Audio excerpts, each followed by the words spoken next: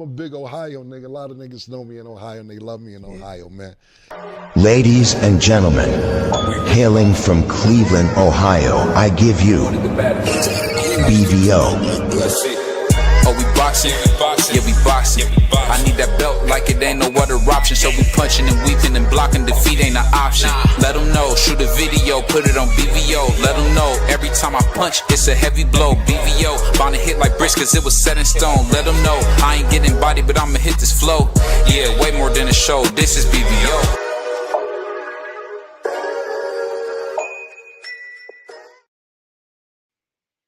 Yo, what's up? It's your boy BVO Sports TV. We're back with another show, man. Shout out to the Sports Talk Network, man. We back with another video, man. Another live, man. Let me get this music together 1 second. How my brothers doing? We got my man Puerto Rican Free, the Puerto Rican Prince, and of course my man Prize, Richie Rich. What's going on, man? How you guys doing? All right, chilling. What's Hey, up, Freezy? So we got big news, man. Big news starting off the show. Rolly Romero is having a hard time making that Manny Pacquiao fight. So to my brother Mike Grimm, it's him, Mike Grimm. So to my brother CDK, man. Shout out, brother Crush, OG. So to my brother Crush as well. Hey, so what y'all brothers think about this, man? We got my man, Rolly Romero, not able to make this Manny Pacquiao fight. What you guys think's gonna happen with this? It shouldn't happen. Crazy. I mean, he should have a problem making the fight. The man don't want to unify. He's trying to cash out on an old man. It shouldn't happen. I mean, I don't knock Manny Pacquiao for trying to stay active in the sport of boxing, even though his career is pretty much over. But for a guy like Rolly Romero, you came off your biggest win by beating Ryan Garcia, and you trying to fight a 48-year-old man instead of fighting somebody for a unification fight. Yeah. Or at least a top contender. Manny Pacquiao shouldn't be a top contender. The man was out of the ring for 3 years. He came back. He pretty much, in my opinion, he lost the fight, but he got a draw. And he's still a top contender. He shouldn't be a top contender. He's only a top contender because his name is Manny Pacquiao. Hold on, Free. I thought you said Manny Pacquiao did a lot of work in his career. Yeah, he did. The only reason why he's a top contender right now is because his name is Manny Pacquiao. If his name was Julio Jones, he would not be a top contender. Hold on, Free switched all the way. 1 minute, Free tell me Manny Pacquiao done put a lot of work in the sport. He done done his time in the sport. I'm gonna tell you right now. If you get somebody, let's say he has the same resume as Manny Pacquiao, but he doesn't have the country behind him. He's an American fighter.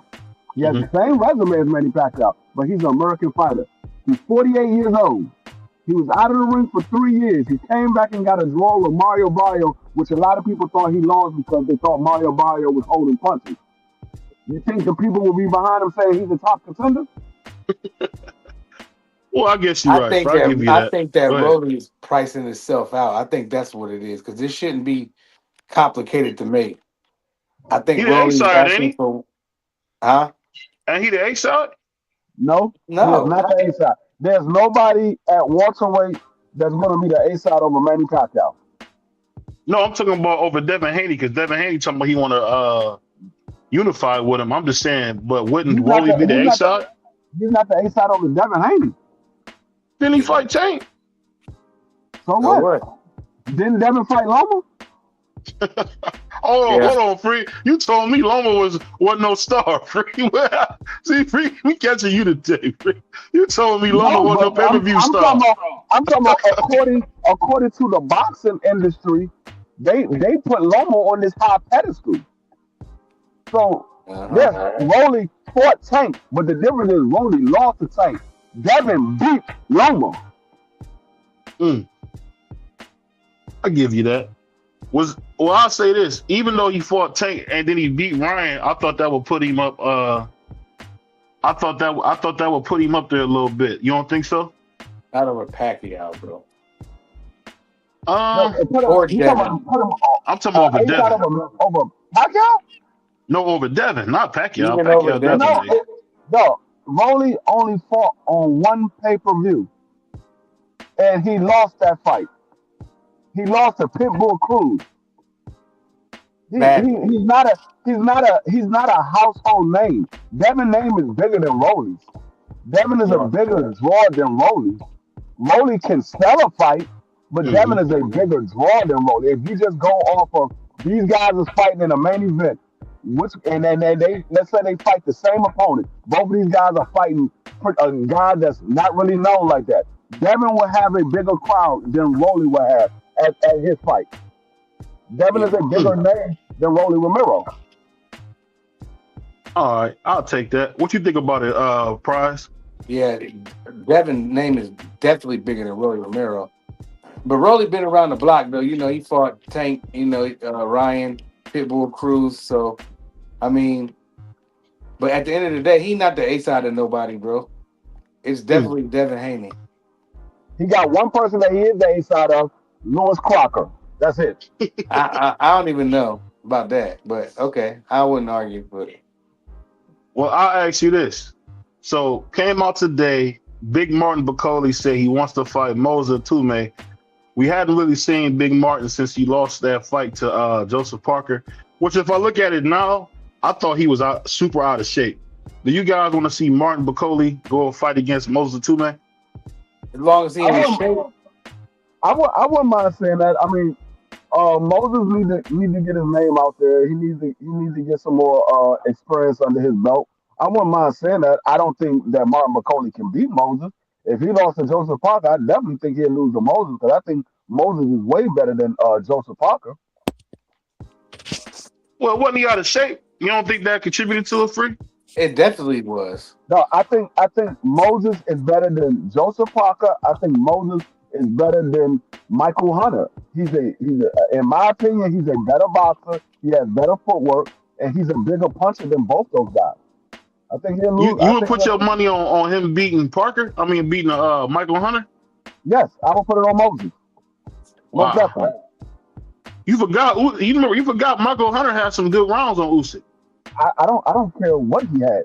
I will put my money on Moses. I like Free. Okay, against who? Against Moses Tume. Martin McCauley. Against Michael Hunter or Martin McCauley. I got my money on Moses. I don't care what. I think he'll stop Big Martin. But didn't we think that when Big Martin fought Martin come to the ring though? Didn't he fight Big Baby? It might be all right. He beat Big Baby, but Big Baby, we knew Big Baby had flaws. Like the flaws that I see in Big Baby, I don't see that in what's going on, Ray? I don't see those flaws that I saw with Big Baby in Moses. I don't see the same flaws. I see a guy that knows how to transition from offense to defense very well. He knows how to keep his head off the line. He knows how to use lateral movement when he needs to. So I don't. Yeah, Moses good. Yeah, I don't see the same flaws with Big Baby. Well, let me ask you this. You the Puerto Rican prince, so you're going to be honest on this. What do you think about the fact that we seen his handlers turn down the Frank Sanchez fight? Does that kind of give you cause to pause that they haven't really had him in any real step-up fights? Because Dillian White was half dead when he fought him. It all depends on what's the next fight. If it's a fight that's not as good as a Frank Sanchez, then I would look at it a little sideways. Because Frank Sanchez, he can box. I don't think he can beat Moses. He can box. But if you set him up for a better fight than Frank Sanchez, then I'm like, okay, you didn't take the Frank Sanchez fight because they got a better fight on the horizon. So he took the Jermaine Franklin fight, and we seen Dillian White beat him up. Like that was pretty much like suit to my man CDK. That was pretty much like Eddie Hearn's American Punk. Like anybody, he was written them out to people. But see, Jermaine Franklin is a guy that has been stopped. He's a tough individual. So maybe they see something in Jermaine Franklin like that. They want a durable guy that's never been stopped, and they want to see if he can get this guy out of here. Because if he goes out there and he stops Jermaine Franklin, He's done something that AJ's never done. He's done something that nobody that Jermaine Franklin has ever done. I'll give you that. What you think about it, CDK? What you think about seeing my man Moses Tume fight Martin Bacoli? Can y'all hear me? Yeah, what's going on, Timmy? What's good with y'all, man? What's good with y'all, man? Free, I ain't get to tell you Happy New Year's. I got to talk to everybody else. I think it was a good fight. I think it was a very good fight, man. I like both of those guys. I like Bacoli as well. I want to see him. I think he needs to be in a step-up fight. The Frank Sanchez would have been a great fight. I like it. You know what I'm saying? Frank Sanchez, to me, is a really good boxer, like Free said. So I would have loved to see that fight right there, man, to see what he could do. I think Jerry Big Baby Anderson, we know what he is now. I'm going to go and say it. I think he's a mediocre fighter at best.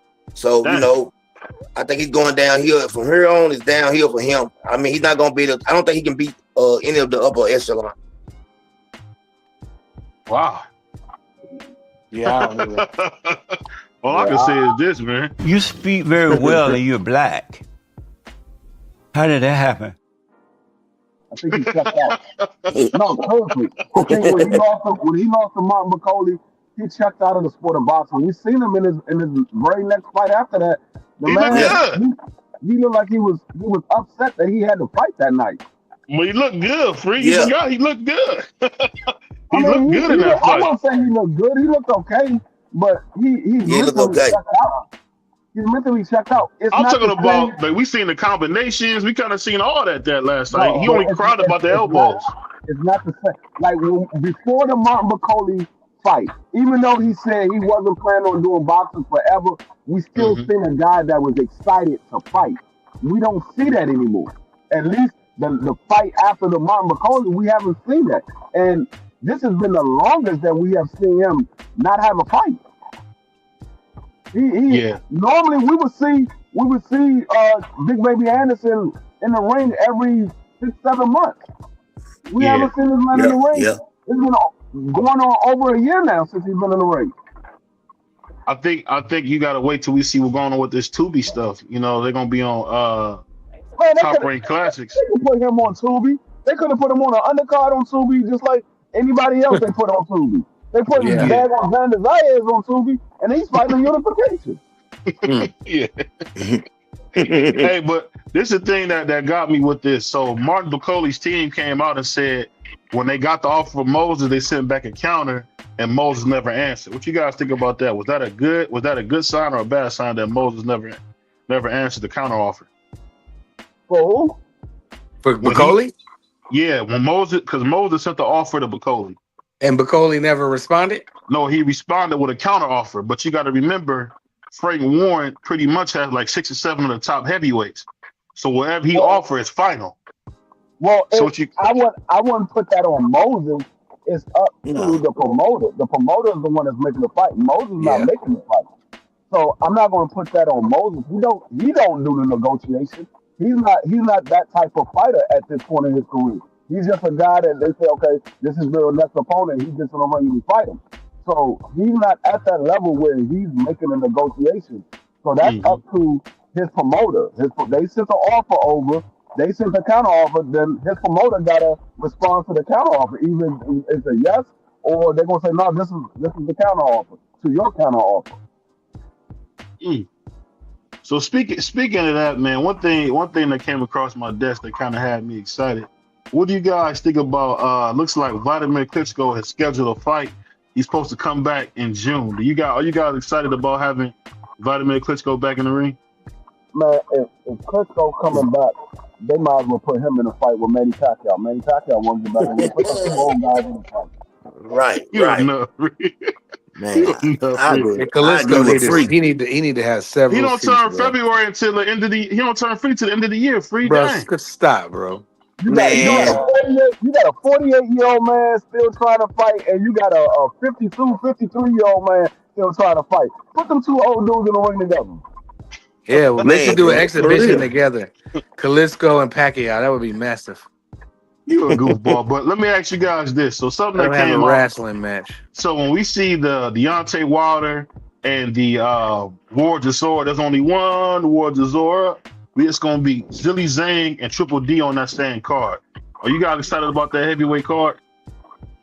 Let's see, Triple D, Oh. Deontay Wilder, Ward Jazor, Big Bang Zhang, all on the same card. It's a decent card. I won't say it's a great card. It's a decent card. I mean, you got two guys that's in their 40s, or three guys that's in their 40s, and one guy that's what 26, 27 years old. So, I mean, Hey, free being negative today, dude. I believe the card when I see it. I wouldn't say it's a great card. It's a decent card. I wouldn't say it's a great card. Where's BD Free at? This is hardcore free. I ain't seen him in months, man. I'm just being honest. You got three guys out of the four that's well in their 40s. Yep. Well in their 40s. You know, I guess that's true, but I didn't realize. But you know what? I think Ward Jazor might be turning 40, and Deontay might be 40. Shout out to my man Champ Ross. I'm not sure. Smash the like button. When you smash the like button, guys, make sure y'all smash the like button. I'm not sure, but I'll say this though. No matter how it goes, I think Deontay Wilder better be careful because he can get knocked out by Ward Jazor. I mean, you talking about if you like I'm saying something wrong. That's like me, Dub right side, CDK, and Pride, and then I got my stepson playing point guard. We all going to play 5 on 5. We got a squad right here. Like, man, how y'all niggas? Oh, y'all niggas old. Y'all got one young dude. Everybody else old. Right. For real. I feel that you right though, man. So speaking of that, what you guys think about the upcoming fight with Clarissa Shields versus one of my favorite, Keyshawn Cruz? What you guys think about that fight? I think that's gonna be a massive fight. Did you see Keyshawn push Clarissa? No, I didn't see that. When recently? Yeah, it was. They did another. I think like a press conference, like a little face-off, John. Yeah, and I'm gonna be honest with you. I love Keyshawn. I just think she's gonna get beat up bad.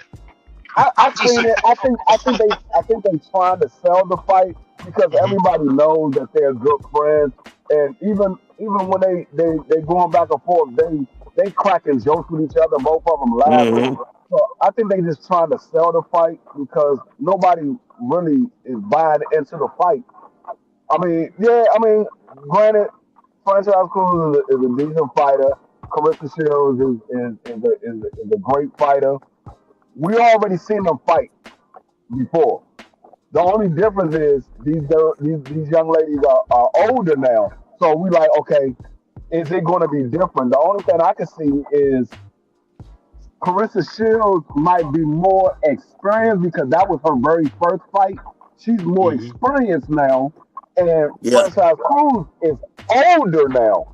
Yeah, so, that was what I was about to say. I'm like, I don't see it being too much different than what it was the first time they fought. The only difference is maybe Franchise Cruz get beat up worse. Wow. Yeah, she gonna get beat up worse. Freaky your hard way to go. This brother ain't giving nobody. She might make it more competitive though. It's not like I'm agreeing with Free, man. Free on the road with everything. But it's not like Franchon ain't gotten better as well though. Hey, no, I'm saying my man Free is on people's neck tonight, man. Because the truth. She gonna get beat up. It's not even. Champ Ross said it's just a cash out for I'm just saying, just look at Franchise Cruz's last couple of fights. All she's really doing is laying on her opponents. She'll throw a quick combination and then she'll hold the lane on them. With a female like Clarissa Shields who got good footwork, I don't know if she's going to be able to do that.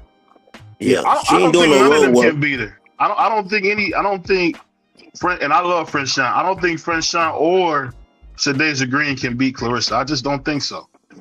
Yeah, I could be wrong. I just don't think so. Good observation, champ. That's another thing. Franchise Cruz is adding on more weight. She's already gassing out at 68. Now you adding on more weight? She want to try to lay on Clarissa like you said, but I think Clarissa's going to be on her A game, bro.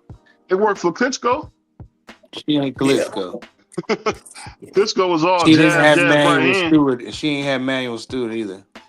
So let me ask you guys this. Now, we all seen Keyshawn Davis. The channel put out a video of him with a belt. I guess him and his homeboy was whooping the curb, saying I guess that was his dad, Andy Cruz. My question is this. Do you think Devin Haney can step in and be a better father to Keyshawn when they fight than Andy Cruz was?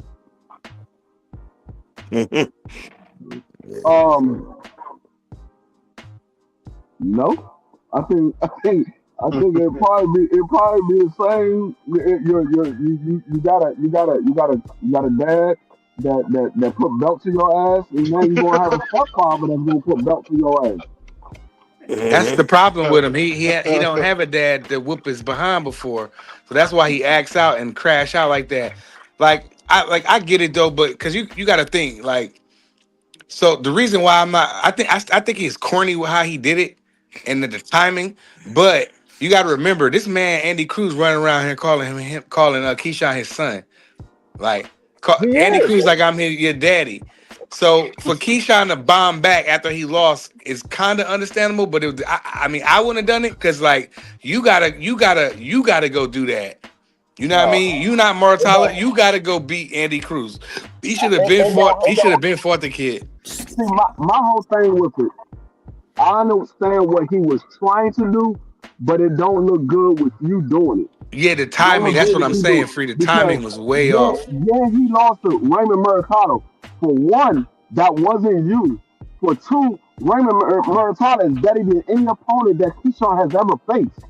For three, he still whooped your tail every time y'all fought. 4 times. You gotta get that back. And look, and another thing, he act like he didn't want to fight Maritala. He was talking about something. I ain't paying no sanctioning fees, and why would I need a new belt? And I ain't fighting him. And like Keyshawn, man, that nigga weird, bro. Well, I know what the problem is. Keyshawn, he weird. He said he ain't paying no sanctioning fees. Yeah. That's because you not gonna pay no sanctioning fee because you ain't gonna win. Man, I mean, I thought it was corny, but I understand it because he's trying to be like Bud Crawford. I ain't paying no sanctioning fee.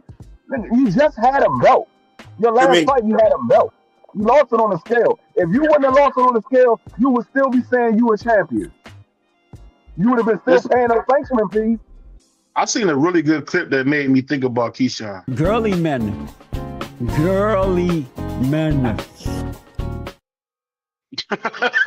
I just think when you're dealing with girly men like that, it's kind of tough because that was like a woman's response, you know, for him to be, I don't know. I just don't understand what he's trying to prove because the stuff that he do, that's what dudes who got just their mom at home do. You know what I mean? Just like you try to find strength and weird stuff. Like, what is you smacking the belt like you one did it? Right, that's what I'm saying. I just didn't get that. You didn't put no belt to ass on him, so and it was a close fight at that. It's not like Andy got smoked, but like for him to do that, I get it. The timing though, for me, I would have just been like, damn. You know what I noticed about Keyshawn? Keyshawn likes to be a bully. He likes to be a bully, but the problem is he knows who to bully and who not to bully. Remember, he got walked up on by Frank Martin. He ain't trying to fight Frank Martin. He got called out multiple times about Andy Cruz. He ain't trying to fight Andy Cruz. But them other guys that don't say Keyshawn name, he calling them out all day long. He don't say nothing about those other guys. He don't say nothing about Frank Martin. He don't say nothing about Andy Cruz. But when it comes to everybody else, I get in the ring with him. I knock him out. Well, why are you not trying to make the fight with these two guys? I want to see him. I want to see him get it on. But hey, short because he got a tough one and ran up on you. He got a tough one coming up though, because Jermaine Ortiz ain't no pushover. You know, he's very declarated. Like he's solid, man. I don't know how that fight gonna go. I mean, but Keyshawn better come on his A knock game. him out. He should knock him out. Knock out who? I wouldn't say he's gonna knock him out. See, the thing with Jermaine Ortiz had a moment where he let his opponent take over the fight, and he would move more than he would throw punches. So if Jermaine Ortiz can stay busy and just use his boxing ability when he needs to, I think he can win this fight because I believe he's a better boxer than Keyshawn. I think Keyshawn got skills, but I think as a pure boxer, I think Jermaine Ortiz is a better pure boxer than Keyshawn is. Yeah. I mean, Jermaine, I hope he make it tough, you know, because Jermaine can get in there he can get in there and not let his hands go too, man. But I That's what think I'm talking about. if Keyshawn tries to engage a little bit more, I think that Jermaine will let his hands fly.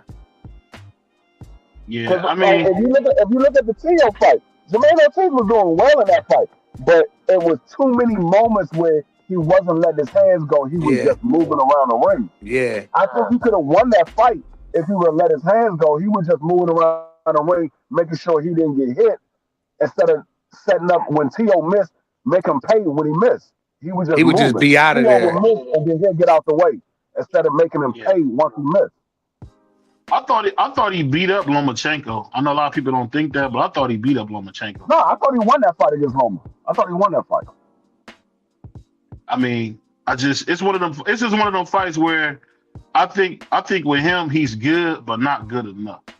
You know what I mean? He kind of got that. It's almost like, I don't know if you guys ever seen the movie Baby Boy when Melvin hit Jody and he went through that glass table. I feel like that's Jermaine Ortiz. He's okay, but he going through that glass table every time. I just feel like that every time you see him, he going through that glass table because he just don't have it. You know what I mean? I heard something really funny about Jermaine Ortiz, that he's a poor man's Devin Haney. Would you guys agree with that assessment? He a poor man's Devin Haney? I don't really see it. No, I would say he's more. Jermaine Ortiz remind me more of a Tevin Farmer. He remind me more of a Tevin Farmer. He got a lot of movement.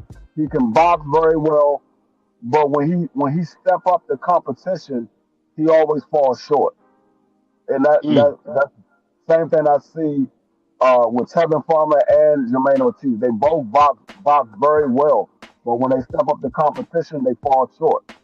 The difference is Tevin Farmer was able to capitalize on it one time out of his career, but I think the very next fight he ended up losing that title. So I think Jermaine Ortiz can probably become champion at some point in his career if he gets opportunity. But it just I mean I don't know what's going to happen in this fight because he has too many moments where he doesn't let his hand go. He's too busy about moving instead of making his opponent pay. Because you're going to see it's going to be multiple times in this fight. He's going to make Keyshawn miss. Instead of him countering Keyshawn, he's just going to move and reposition himself. It's going to be moments. He's going to make Keyshawn miss. And there's going to be an opening where he can catch Keyshawn with a clean right hand. Instead of him throwing the right hand, he's just going to move. We don't know that's all the way true, though, Free. We're hoping that doesn't happen, but he does have a tendency to do that. I'm telling you'll see. It's going to be moments. I've watched Jermaine Ortiz fight a lot of times, and he does it a lot. He does it a lot. It'll be moments where he likes his style. Like he likes to just make you miss and make you look dumb instead of firing back. He does it in almost every fight. There'll be moments where he'll make his opponent miss. Instead of him throwing a shot behind it, he'll just move. And it's an open shot. Instead of him just letting his hand go and landing the clean shot, which he could probably hurt his opponent or at least wobble him, he'll just move. Yeah, that I definitely could say he does have a problem. He definitely has a problem. Kind of fighting. I feel like he like to box more than he like to fight. And let me ask you this though. This is something that just came out. Everybody know this weekend we about to have one of the biggest fights, probably for boxing, but not like it's not gonna be huge pay-per-view wise or anything like that. But what you guys think about Shakur Sanchez calling out black fans, saying black fans don't support him, even though he said he's Puerto Rican now? What do you guys think about that? I would tell him to look in the audience when he has his. What you guys think? Can you hear me? Yeah, I would tell him to look in his audience. Yeah, I can hear you. When he has his next fight. Yeah, I can hear you. He can't hear us. Go out and come back in. But can you hear me, Prize? Free? Yeah, I can hear you, but you can't hear us. Okay, I don't know what happened to that. But I think the thing with Shakur calling out the black fans, I think that's just insecurity. The hardest thing in life is when you are being insecure and you don't know it. And I think it's hard to admit that you have to work on those things. We all have been insecure. It doesn't matter who you hold on one second. He'll go back out and come back in. Yeah, I think he need to go out and come back in. No, he is. He is. Yeah. But nah, I mean, what I'm hearing is that the Shakur and Tio fight not really doing too good financially. But I don't understand. It's still a good fight. I don't understand, like, what do y'all boxing fans want? The prices is too high. But no, I was looking at them. They saying, really not though. Not no they didn't more. At came least. down, but it's too late. It's too late. They came down though. They came down a minute, like a couple weeks ago. It's too late. I mean, you gotta. I mean, like I mean, when you look at it, they're not really promoting the fight, so there's a lot of casuals that probably don't know that this fight is about to go on. I mean, unless they listening to YouTube and they watching our channel, and they watching a couple of other channels, they probably don't know that this fight is about to go on because they're not promoting it. And the promotion that they do have is on the zone. A lot of casuals don't have the zone. The only casuals that have the zone is the ones that watch YouTube and we tell them the fight is going to be on the zone and they go get the zone. Like my family don't know anything about the zone. I was telling them, hey, y'all watch. I asked them last week. I said, y'all gonna watch the fight? And they were like, what fight? I'm like, the fight on the zone. They were like, what the hell is the zone? I'm like, the zone is a streaming app. That's where they have boxing at. They have a lot of boxing matches on there. They didn't know nothing about the zone. So it's a lot of casuals that don't know about the zone. So, and like I said, so they promoted it, and they only really promote it when they putting on a fight or they putting on another event. That's the only time they really promote it. It's not like they show a commercial every so often. I'll say this: the thing that's so crazy about this whole episode, kind of going back to Shakur, is that Shakur kind of has to be honest with himself. And I think, to be honest, he doesn't realize that he's not being likable. He's not doing what he needs to do to kind of ingratiate himself with the fans. And I think when you pull stunts like, say, hey, you're not, to my brother Technique pulling up, when you say stuff like you're not black, that you're Puerto Rican now, and you've been black your whole life, I just don't get it. I think Shakur has kind of isolated his fans. And then when you kind of go through the man's resume, I got it pulled up here. It's kind of laughable, dog. Like I'm calling this dude the best fighter in the world. Out of his last, 1, 2, 3, 4, 5, 6, 7, 8, 9 opponents, only ones we know was Willie Zepeda, Edwin De Los Santos, and Oscar Valdez. Those are the people that he's beat that's notable. And what the hell is that? And technically, the only ones that's notable to the casuals are William Zepeda, Oscar Valdez. Most casuals don't know who Edwin De Los Santos is. Yeah, the only reason why we know who Edwin De Los Santos is because he beat El Rayo. Yeah. Now I've seen him fight before that though, but I didn't know who he was. I just happened to see him. So the only reason why most people know who Edwin De Los Santos is, and that's when he popped on the scene when he beat El Rayo, because everybody thought El Rayo was going to beat this dude. They didn't know who he was. They thought he was going to beat him. Some people knew who he was, but most people didn't know who Edwin De Los Santos was, and they thought El Rayo was going to beat him. And he beat El Rayo, and they were like, "Oh, okay, we got to watch out for this dude." That's when he popped on the scene. But after that, you didn't really hear much about Edwin De Los Santos. I just see when it comes to Shakur, you want to root for him, but he just makes it like impossible. Like the way he is, the way he talk about stuff is like he almost come across like he's like a I don't know. It's like he's like a fake gangster or something. You know what I mean? You ever like a wannabe, a wankster? Like he trying to talk like he's some thug or something. And like, bro, you're not that. I don't know if you guys get what I'm saying, but I just don't understand when it comes to Shakur. You know, he just is diabolical, man. To say he's Puerto Rican, I mean, the dude, man, he's diabolical, I man. mean, He's a poser, man. I'm not mad at the man. If the man say he Puerto Rican or not, I'm not mad about that because, like I said, All of a sudden, no, I don't care nothing about that. I mean, if the man never knew who his father was, and then he found out his father was Puerto Rican, and he said, okay, I'm Puerto Rican. So be it. It is what it is. But I mean, like I said, when people come, the people that come out to support Shakur Stevenson is 90% black. It ain't Puerto Rican. You might have a few, but it's 90% black that come out and support Shakur Stevenson. All you gotta do is look at the crowd. Man, he's a 90% kid black. from Newark, bro. Like, I don't know what this Puerto Rican stuff is. He's a black kid from Newark. well, this is what he said. This ain't something I'm making up, bro. This is what he said. I mean, there's a lot of black kids, quote unquote, that's black, and they say and then they're half Puerto Rican or they part Puerto Rican or whatever. I mean, Puerto Rican is black. I mean, it's part of the African descent, so it is black. So it doesn't make me a difference whether you say you Puerto Rican, whether you say you black, whatever you want to claim yourself. I don't care if the man said he's Albanian. I don't care. If the boy can fight, the boy can fight. I think I get what you're saying, Free, and we got to remind everybody, Free is a Puerto Rican as well, so I can see why he's having like more of a thoughtful answer to it. I just think what Shakur is, a man must know who you must be true to oneself. You know, I just think he just has a heart. You know, he just Brutus.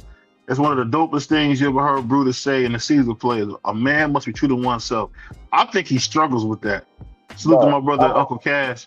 I think I'm gonna make this quick comparison. It reminds me of Alex Rodriguez. When I was a kid watching Alex Rodriguez, I could tell he wasn't comfortable in his own skin. And I think when you're a man or anybody, if you're not comfortable in your own skin, it's going to be hard for you to be liked because you don't like yourself. And I think that's just the problem you're getting with Shakur, because it's like if he would have claimed, Champ said it better. He would have said he's Puerto Rican from the jump, cool. But you got a whole black fan base, you got a black grandfather, and you playing that you Puerto Rican. Everybody want to be everything but black. And I think that's an insult to black people that you just want to use us when it's necessary. No, it's just disgusting to me. The thing is, this is what I don't get when people get upset about it, because there's nobody in the United States 100% black. Not a single person. No, I don't think that. We all mix with something. For sure. All. So it doesn't matter if the man said he's black, if he said he's Asian, if he said he's white, it doesn't matter. We're all mixed with something. Ain't nobody 100% black. I don't care about what nationality a fighter is or what nationality a person is. If the person is a good, genuine person, or they're a good athlete, I'm like, hey, he's a good athlete, or he's a good person. I don't care what your nationality is. I don't understand why people so beat up on, oh, he's saying he's Puerto Rican, or he says what difference does it make? That's not you. Why you care about it? Because they don't want to support that, Free. They don't want to support a man that's double-minded. Either you, if you don't want to support him, then don't support him. You either like him or you don't. If you don't like what he's saying that he's Puerto Rican, then don't support him. If you do like him, that's what you see happening. They're not supporting him. That's what you see happening. No, he's getting support. He's getting support. So I'm not talking about his friends and family. I don't think that he's getting enough as he should be. As a silver medalist for this country. Coach, you came in here, man. Let me ask you this, Coach. So we got Shakur. I'll call him Shakur Sanchez, but his name is Shakur Stevenson. We got Shakur basically complaining that he doesn't get support from black fans. But he told us he was Puerto Rican. What does he want from black fans? I think he's probably the most unlikable fighter I've seen in a long time. Do fighters realize when they're unlikable? What do you think, Coach?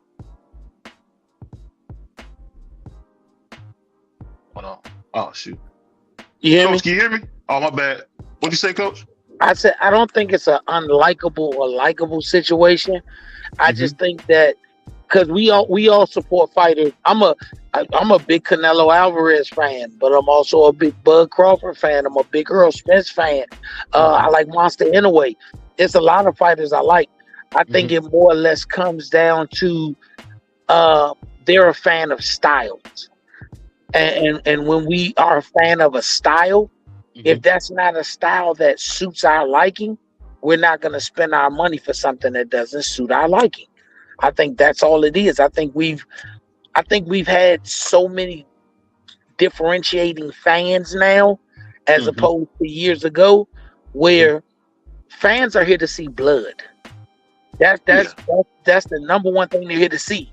And if a person distributes a rare air of talent, we don't care about that if we don't see blood.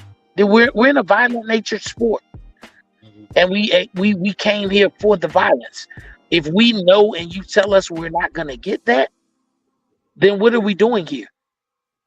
And that's why I think it doesn't have anything about him being black, Puerto Rican. Shit, Floyd Mayweather had a shitload of Hispanic fans because he took over 2 Hispanic days. So it doesn't matter. It matters what level of what we expect to see are we gonna see. And I just don't think that that's the piece that they get from him. And let me read this comment from Champ Raw. This is a pretty good one. He said it's like a guy who grew up with you and you never heard a peep about it, and then years later you see him representing something you had no idea he was. Exactly what BBO is saying. All I'm saying is he's been a black dude his whole life. I think one of the biggest mistakes he made was trying to play this Puerto Rican crap. I don't get it. You don't even speak Spanish. I'm not gonna let y'all do that. And I'm gonna tell you why I'm not gonna let you do that. Because I said I'm not gonna let you do that. And the reason I'm not gonna let you do that, because I can name at least 20 fighters who were trying to make the US Olympic team, but the day that they turned pro, they was the pride of Mexico. They was the pride of Puerto Rico. They was the pride of everywhere but here. But they was trying to make the US team, and when they were amateurs, I am so proud to be on the US national team. So you ain't gonna do we're not gonna do that. We're not gonna do that. Ain't about being a fan of somebody or not. But once again, I'm gonna ask, when did Xander become the pride of Puerto Rico? Because I remember fighting for Team USA. I remember post where I am so proud to be part of Puerto the Rico, USA. the USA though, man. Man, cut it out. Cut it out. You know damn well what they mean. They got 2 sides of the house. Because when the Olympics come around, Puerto Rico got an Olympic team that also boxes. Trinidad's dad coached the Puerto Rico Olympic team. Your favorite fighter was a U.S. gold medalist. Your favorite fighter was a U.S. gold medalist, but now he claims Mexico all day long. Who? Oscar. I thought Oscar came East LA. Yeah, but he claimed Mexico all day long. But he was a U.S. gold medalist. I see what you're saying. Your favorite guy, Teofimo, fought the Olympic trials under Team USA. When he didn't get the nod, even though he won the trials, he went in for Honduras. Yeah. If that's the case, if I'm a young black man, if that's the case, when I lose at the U.S. Olympic trials, I'm gonna find me an African country to go represent. That's crazy. Hey, if it's good for everybody else, why it ain't good for me? Hold on, cuz all I can say is this, man. You ain't registered yet. Listen, nigga, you still ain't registered. I think you being too hard on Shakur. You said he was a black man all his life, and then he found out his father was Puerto Rican. What's wrong with him saying he's Puerto Rican? He didn't know what his father was. He never met his father. So it's like if you say you a black man your whole life and you never met your father, and you found out your father was Irish, you're gonna be like, okay, I'm Irish. Well, I got one for you. If you never met your father, how you know that's your daddy? You go by what your mother said. Your mother said that's your father. That's your father. Hey, shit. If I could claim Shaquille O'Neal as my son, I would. Everybody claims stars. I ain't never seen a nigga not claim a star. Cool. Hey, I'm just keeping it real. I was asking you And this, so let man. me ask, what's wrong with the blacks? Well, We I'm looking gonna for say stars. We looking for stars, baby. We looking for stars. So speaking of that, I think it's funny because I've never seen a guy. Shakur and Devin really shocked me at this. You would think both these guys would be huge stars, and it's not the case. But it's just one of the things that goes on. If I would have never told you my father was Puerto Rican, you would be calling me a black man the entire time. But you ain't hide it.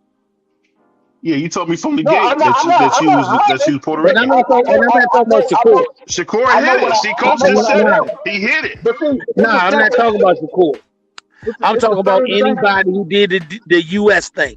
If you was running around here claiming to be the U.S. medalist or the U.S. this, but then soon as you turn pro, then you're the pride of something else. Then guess what? I ain't mad with you, but don't get mad when somebody else do it. What's good for the goose is good for the gander. So let me ask you this. Let me transfer into this. Now we got Zuffa boxing, and we got my man Jalil's going to be the main event on the prelims. How does it feel, Coach, out of all the hard work you guys put in to be on a televised, pretty much main event for your first time out with Zuffa? What's that like for you guys? I mean, I think it's a great situation that we in. But honestly, I used to tell Jalil, everybody's the main event if your performance commands it. You got with Jalil fought on an undercard of Tank Davis in Washington, D.C. Got a vicious knockout, and PBC was posting his clips. So my thing is, it's not about the position on the card, it's the performance in the ring. Yeah. Speaking of that, after beating Elijah Bynes, you guys going to another tough fight back to back. How do you feel about this? And then we hearing that you guys got to get sucked down to 157. Does this kind of worry you a little bit that they trying to take some heat off of you, making you meet them at 156, 157? No, it is what it is. It's the fight game. It's the fight game. In life, you have to make sacrifices to get where you want. If a fat man want to be skinny, he gotta stop eating cake. And life is about sacrifices. Yeah.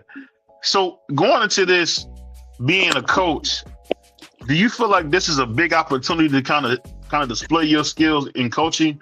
Being on another big stage, you was on the Underdogs, had an impressive performance. Are you guys looking for an impressive, like maybe a knockout, or what's the mindset? Not without giving up the game plan. What's kind of the mindset going into this fight? Al Davis, just win, baby. Al Davis. I told you before, boxing is like the NCAA tournament.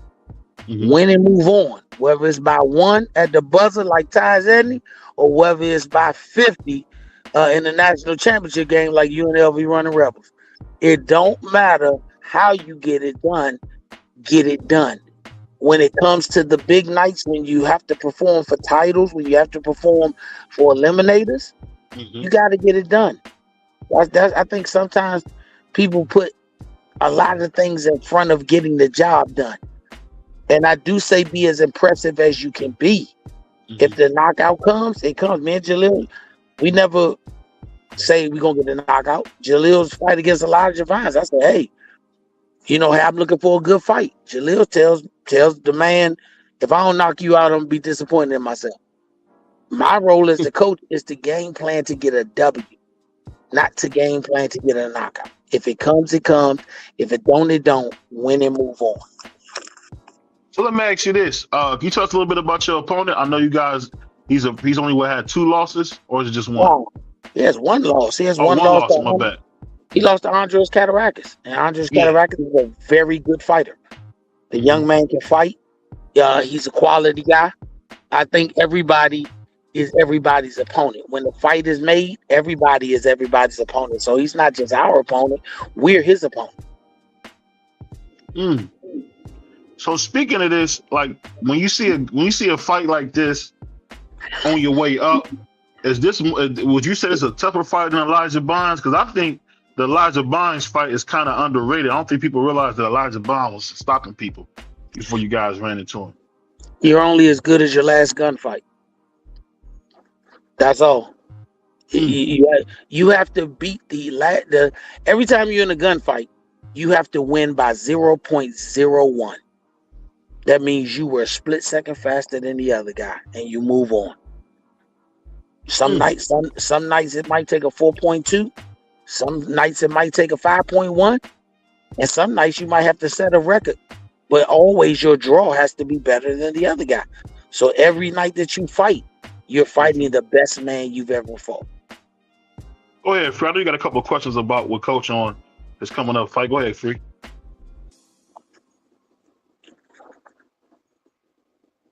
Free, can you hear me? Where's the fight going to be at? Las Vegas. Las Vegas. What's the date, Coach? Who's the opponent? Is this upcoming Sunday? Oh shit! It's this Sunday. Yep. Who's the opponent that he's fighting this Sunday? Roberto Cruz. Okay. And is there a way we can stream it? How can we?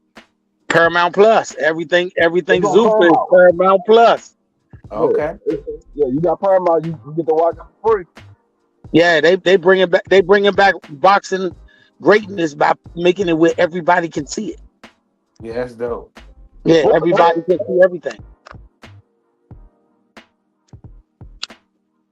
So when you get ready for this fight, do you think this would be an opportunity to kind of like show Jaleel off even more if he can get a knockout? I don't think you can show him off anymore. Me and you have talked about in private conversations, BVO. You can't show him off no more. He's been on 4 or 5 Tank Davis cards. He's been on cards at home. He's been on Red Owl cards. He's been on television before. It's not the first time he's been on television, but it is the first time that a major company like Zuffa is dealing with a major television telecast like Paramount, and they're making it accessible at this level. I think Paramount is Zuffa is taking it back to the 80s when fighters got built their whole career on television. Yeah, I think this is going to be a good opportunity in this fight. I mean, I'm not sure how Zuffa is works completely because it's still so new. But what you think about when you hear, you guys being a part of Zuffa, hearing people like Ja Obertai, Usyk being maybe in the mix as well with Zuffa? How does that make you feel to see those big names starting to join the Zuffa train? We made the smart right decision. We got one of our tickets early, as opposed to getting one of your tickets late. We got to choose the seat in the class instead of getting the seat that was available. Yeah, that's a good one. I like that. So speaking of that, when you guys, as you guys are planning to go to 160, what's the biggest difference in mindset of going from 154 to 160? Because it seemed like Jaleel's growing like a weed. The man was just at 147, then he was at 54. Now he's on his way up to 60. Is he gonna stop growing, or are we gonna make it all the way to heavyweight? What are we looking at on this, Coach? Heavyweight, that's crazy. Man, I'm gonna be honest. He could be a heavyweight. That's Hell what I'm saying. no. That's what he said. I'm gonna be honest with you. Hey, I'm gonna tell you, in the words of Jay-Z, what he say? The most amazing to me is them telling me what I could not be. Oh well. Nobody told us that without a major name backing us, meaning management, that we would actually get to a major corporation off the break. Off the break, we were Mayweather Promotions.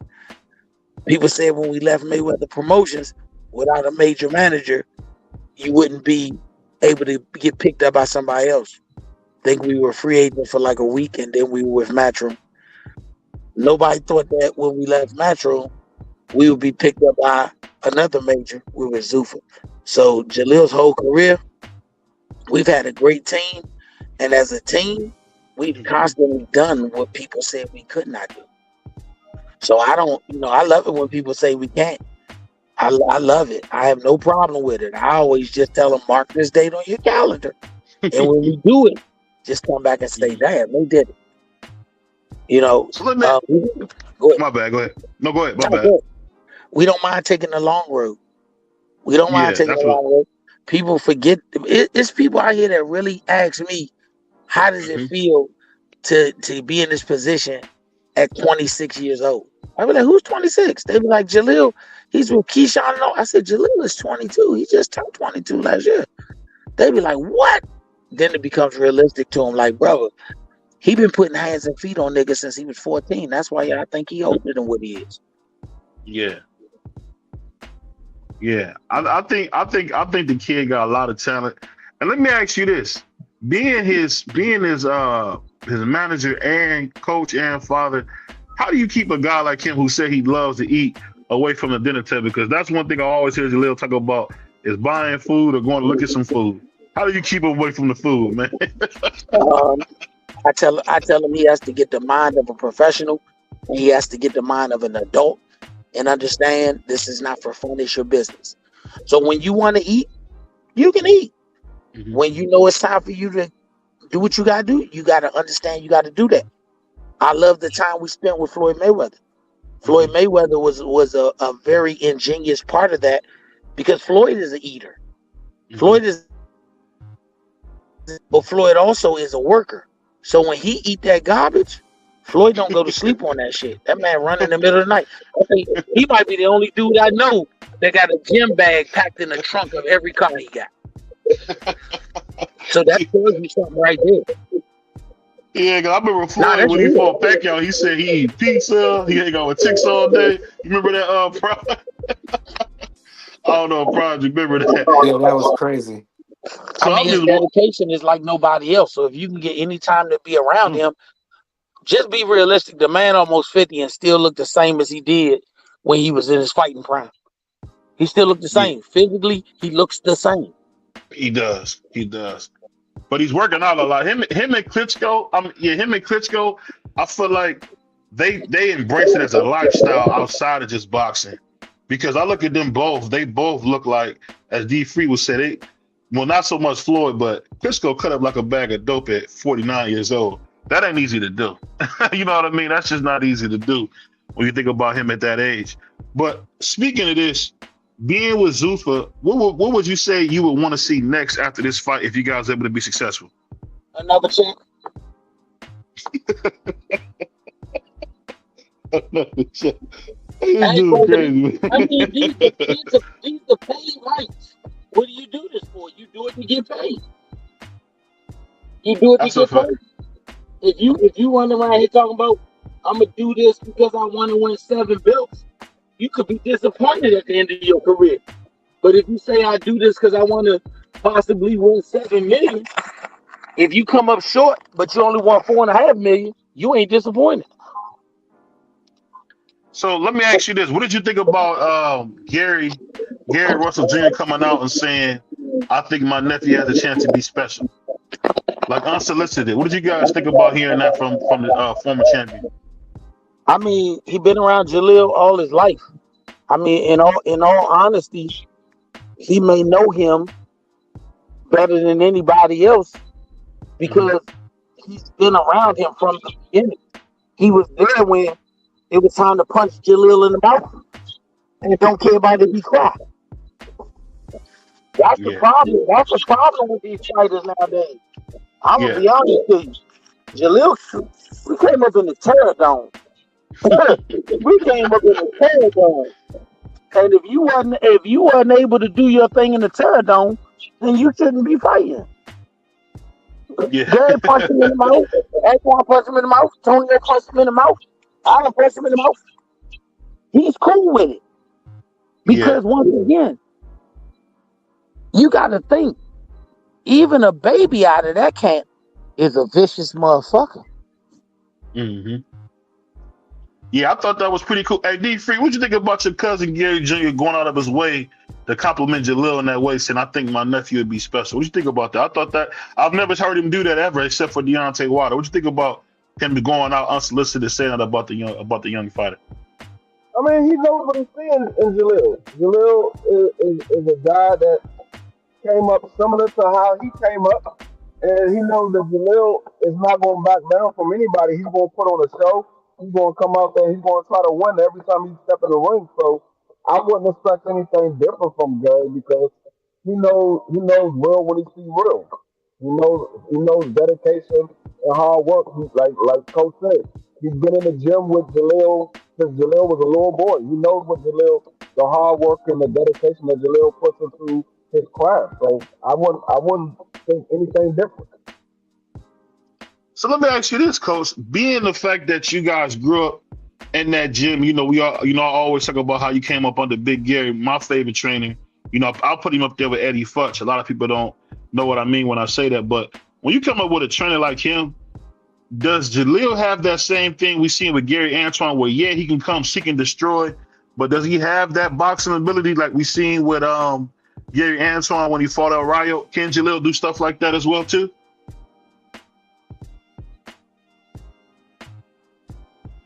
Can you hear me, Coach? I don't know, Coach. I think he might have fell out. Oh, okay. Yeah, that's exciting, man. Because I'm telling you, man. Yeah, he fell off. I think honestly, Free and Prize. I think if he really stay focused, man, I think you might have a dude who can actually really contend for a title, man. Because he's only gonna get better. And when you start young like that, I think he's only gonna get better. What about you, Free? What would you say about that? 22 came up like that. Go ahead. Yeah, no, I agree. I mean, if you got somebody that started off young and they stay dedicated, they can only get better. It's just like having your young son or your young daughter shoot the basketball every single day from the time they was 3-4 years old when they can first pick up a basketball. Eventually, they're going to start to make the hoop, and then eventually they're going to be able to make it from a further distance. Then they're going to be hitting consecutive shots in a row. Everything comes with practice. The more you practice, the better you get at it. So if you have a kid starting off at a young age in the sport of boxing, and he's dedicated to the sport, he's only going to get better because that's all they're doing. And every time you practice, it becomes muscle memory. Even though you don't expect to throw the right hand, your mind sees the opening for the right hand, and your body just automatically do it because you've been practicing that the entire time. Yeah, I'm just wondering, coming up in the Russell gym, does he have that boxing ability that we've seen with Antoine? I'm just wondering, does he have that? If he has that, then I would say, you know what? I can't. I'm already excited anyway because Bernard's my man.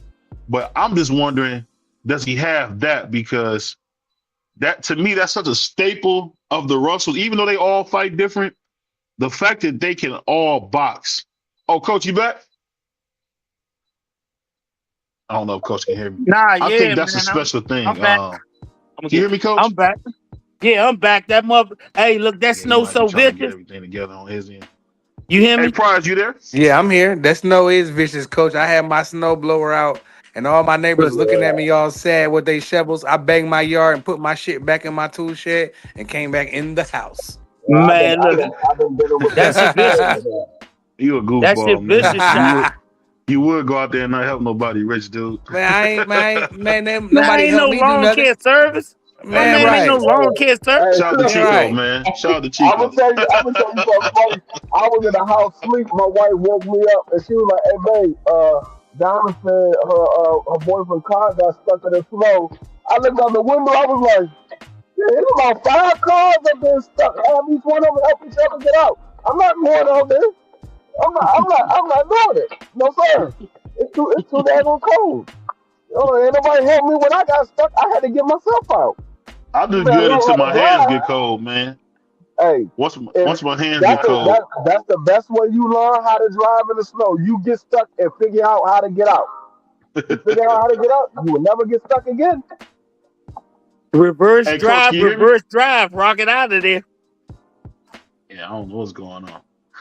But I'll say this though. I think no matter how you look at it, Prize, I'm kind of getting excited about the next generation. You got my man Mayweather, who was on the card with Zuffa. I think that's a good young fighter. I think really Zuffa's gonna be really good for the young up and coming dudes. I don't know what it'll do for the the older guys, but I think for the young guys, I think they're gonna have a lot of opportunities to fight. Can you hear me now? Yeah, now we can hear you. All right, my bad. Okay, so my question was this. I said, you guys growing up, you bringing him up under the Russells in that gym. Does he have that boxing ability that we seen with Antoine, or is he just seek and destroy? I think everybody who came up in that Russell gym has the ability to do it all. But you got to think the one thing that separated Gary Russell Sr. from, to me, 99% of the coaches, he knew how to coach to your strengths. If you look at Antoine, Antonio, Allen, Gary, Big Gary, all of them fight to their strength. They have the same foundation, but they all fight different. Yeah.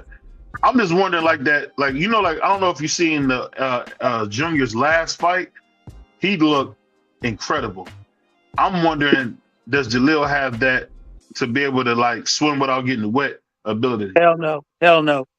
Gary, let me really tell you something. Go ahead. Gary Russell Jr. was special. And not saying that nobody else was special, but he was special in what he did great. He was special in what he did great. Jalil is special in what he does great.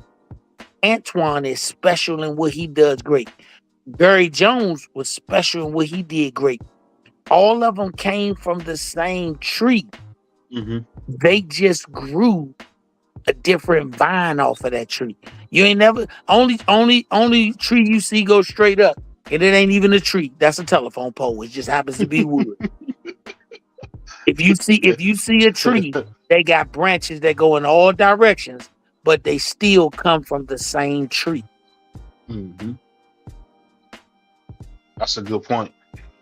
Because I always wonder, when you look at Antoine, when I see what he did against El Rayo, I was thinking dang, I had never seen him. I didn't know he could do that. I'm just, because I didn't know if that was something that he could pull, if Jalil could pull some of that out too, because I think Antoine, to me, remind me a lot of Sean Porter, but he got that extra wrinkle.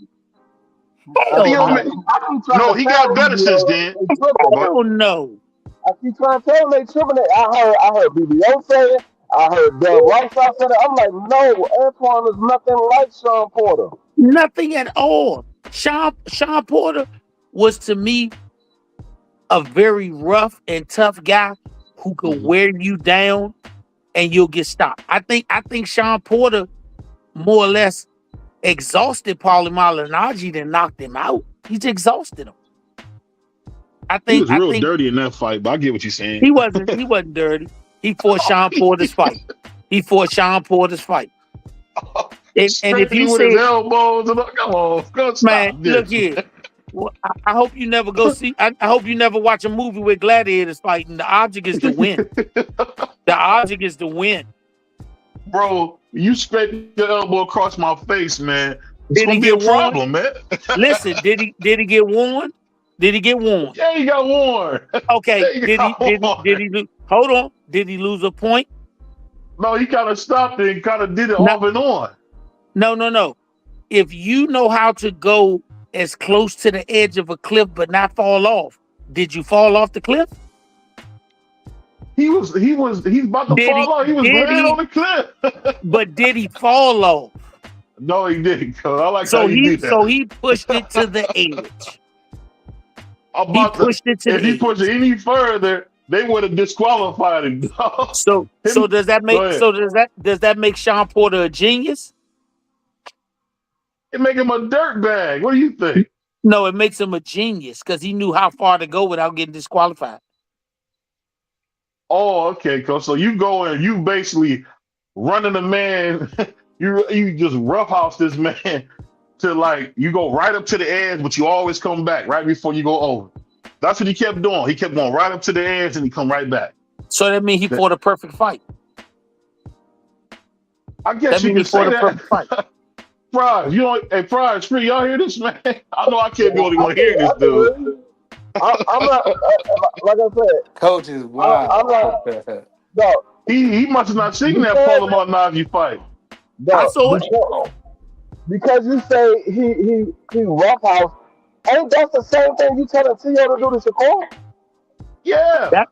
Yes, that's what he got to do to win. So how is it good for one, but it's bad for the other? Because BVO a hater.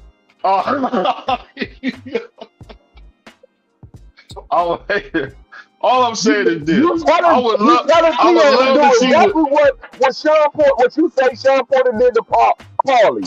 You telling T.O. to do the same exact thing. He should do exactly what he did to Paulie. Do it to Paulie, but it's good for T.O. to do it to Shakur. Yeah. See, that's what you're doing. You trying to make it seem like I'm picking and choosing. I don't like how you doing that, man. That's not right. You are picking and choosing. At this point, you are. At this point, you are. Because if you say it's good for one, but it's not good for the other, then you're picking and choosing. Now, if you say it's good for both, if you got me against the ropes, what is your arm doing under my throat? No. Because you put your arm over top of my arm. Because you put your head over top of my arm. I always tell you, BBO, I don't care what you say, as long as you consistent across the board. If you say it for one, you gotta say it for all. Okay. I think y'all picking and choosing. I'm saying that the way he fought Andre Berto and the way he fought Paulie is ideal. That's exactly how T.O. should fight Shakur. But what I'm saying is, if you watch that fight live in living color like I did, that was a doggone roughhouse. That wasn't no fight. That was like a street fight. I mean, and that's what he had to do to beat him. Well, if you getting out on Chavez, go watch the Pernell Whitaker fight.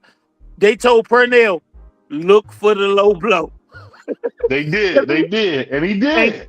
And guess what? If Chavez can get it and he can get away with it, do it. If he can get it and lose a point but win the fight, do it. So let me ask you this. Now I want an honest answer on this. If you seen somebody, if you had a fighter fight Jaleel the way Sean Porter fought, let's say how he fought Andre Berto, because that was a disgrace, where he just was nothing, putting his head on his head, putting his arm under his throat, the whole hitting him in the heart, and the clutches, hitting him in the kidneys. You telling me you as a coach wouldn't go crazy if somebody did that to Jaleel? Nah, because Jaleel know how to meet you where you want to stay. We go to your church. We go to your church and preach. We go to your church and preach. I'm about to say that's what Jaleel like to do. We go to your church and preach. You go. I feel you, man, but I'm just saying, bro. I get what I get by doing that. You fight right into his playground. You like that? This is what I like to do.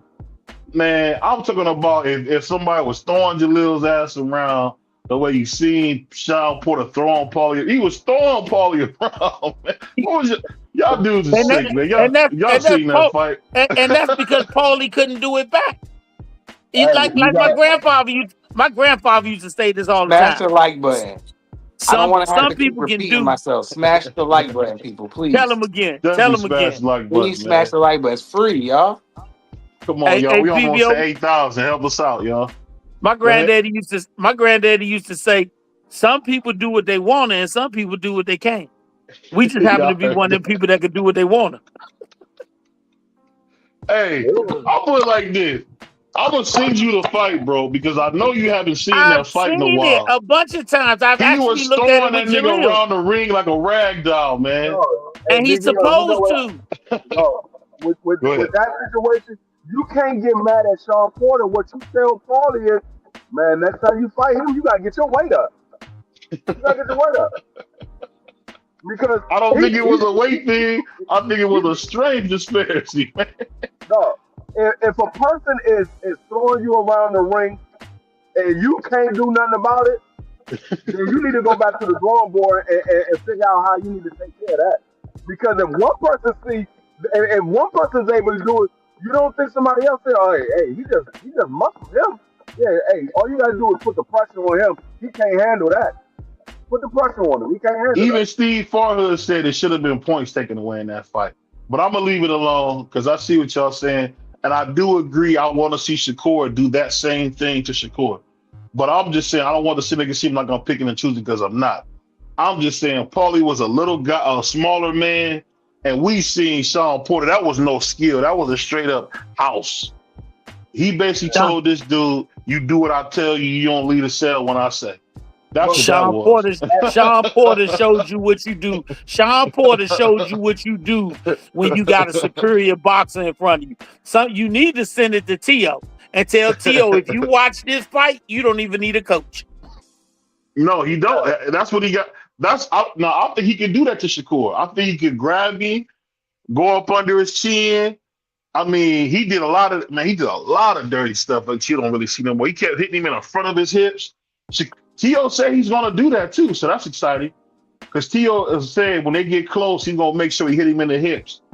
And you should have seen Shakur's face, man. He looked kind of nervous. I don't know. Hey, we'll see what happens though. Go ahead. If Teofimo really fights that fight, mm-hmm. and he imposes his will, mm-hmm. don't be shocked if you see Shawty quit on the stool. That's the only way to beat it, Coach. I just think it's the only way to beat it. That's how he got to fight. We've never seen Shakur put in that situation, and maybe he's never been in that situation, and you find out what type of guts a guy got. We know he's Bobby Fischer. We know he's Bobby Fischer, but we don't know if Bobby Fischer could play checkers in the barbershop either. That's a good point. We seen the same thing when Devin had to kind of do a little different stuff to kind of stay pace with Loma, because Loma was doing some crazy stuff like making sure every time they clinch he punched, little stuff like that. I mean, I just think no matter how you do it, man, the way Paulie I just don't understand why Paulie let him do that to him. I'll never understand that stuff. You don't let a man do nothing to you. You can't stop it from getting done. Yeah, I'm about to say he didn't let him. He just couldn't stop him. Man, you don't let no man throw you on no ropes like. Man, he was throwing that dude like a rat. I'm gonna send y'all to fight, man. Hey, what happened in your first preseason game when they told you don't let a man throw you around like that? Coach, I'm trying. You gonna get him? What they say? You think most of these boxers let their opponent punch them in the face? They just can't stop them from punching them in the face. So they find ways to get around getting punched in the face. I totally agree with that, but I'm just saying that was. Let me ask you, Prize, because I've been doing a lot of talking about it. What you think about that fight? That to me, that's one of the dirtiest fights I've ever seen. What fight? Sean Porter. Porter versus Paulo Malignaggi. No, well, that wasn't dirty. He just beat him the F up. It was nothing dirty about it. He was bulldozed throwing the nigga around. Was you watching? Man, he was like the snow plow. Man, he just bulldozed him out of the way, and then he picked him up and beat him up some more. He just roughed him up and beat him up. It's a fight, BVO. Things gonna happen in the fight. He beat him up. That was one of the fights I loved. Like one of my favorite fights by Sean Porter. You feel me? Because he just went in there and just steamrolled this dude. Dude couldn't have no punching power. Sean was not worried about getting cracked by nothing or clipped with anything. So that made him just run through this dude. I mean, he whipped Paulie behind. I was like, damn, who gonna beat him at 47? And then Kell Brook pulled up on him. Another big welterweight. I was like, damn, I forgot about him. But at that fight there, Paulie and Sean just destroyed him, ran through him.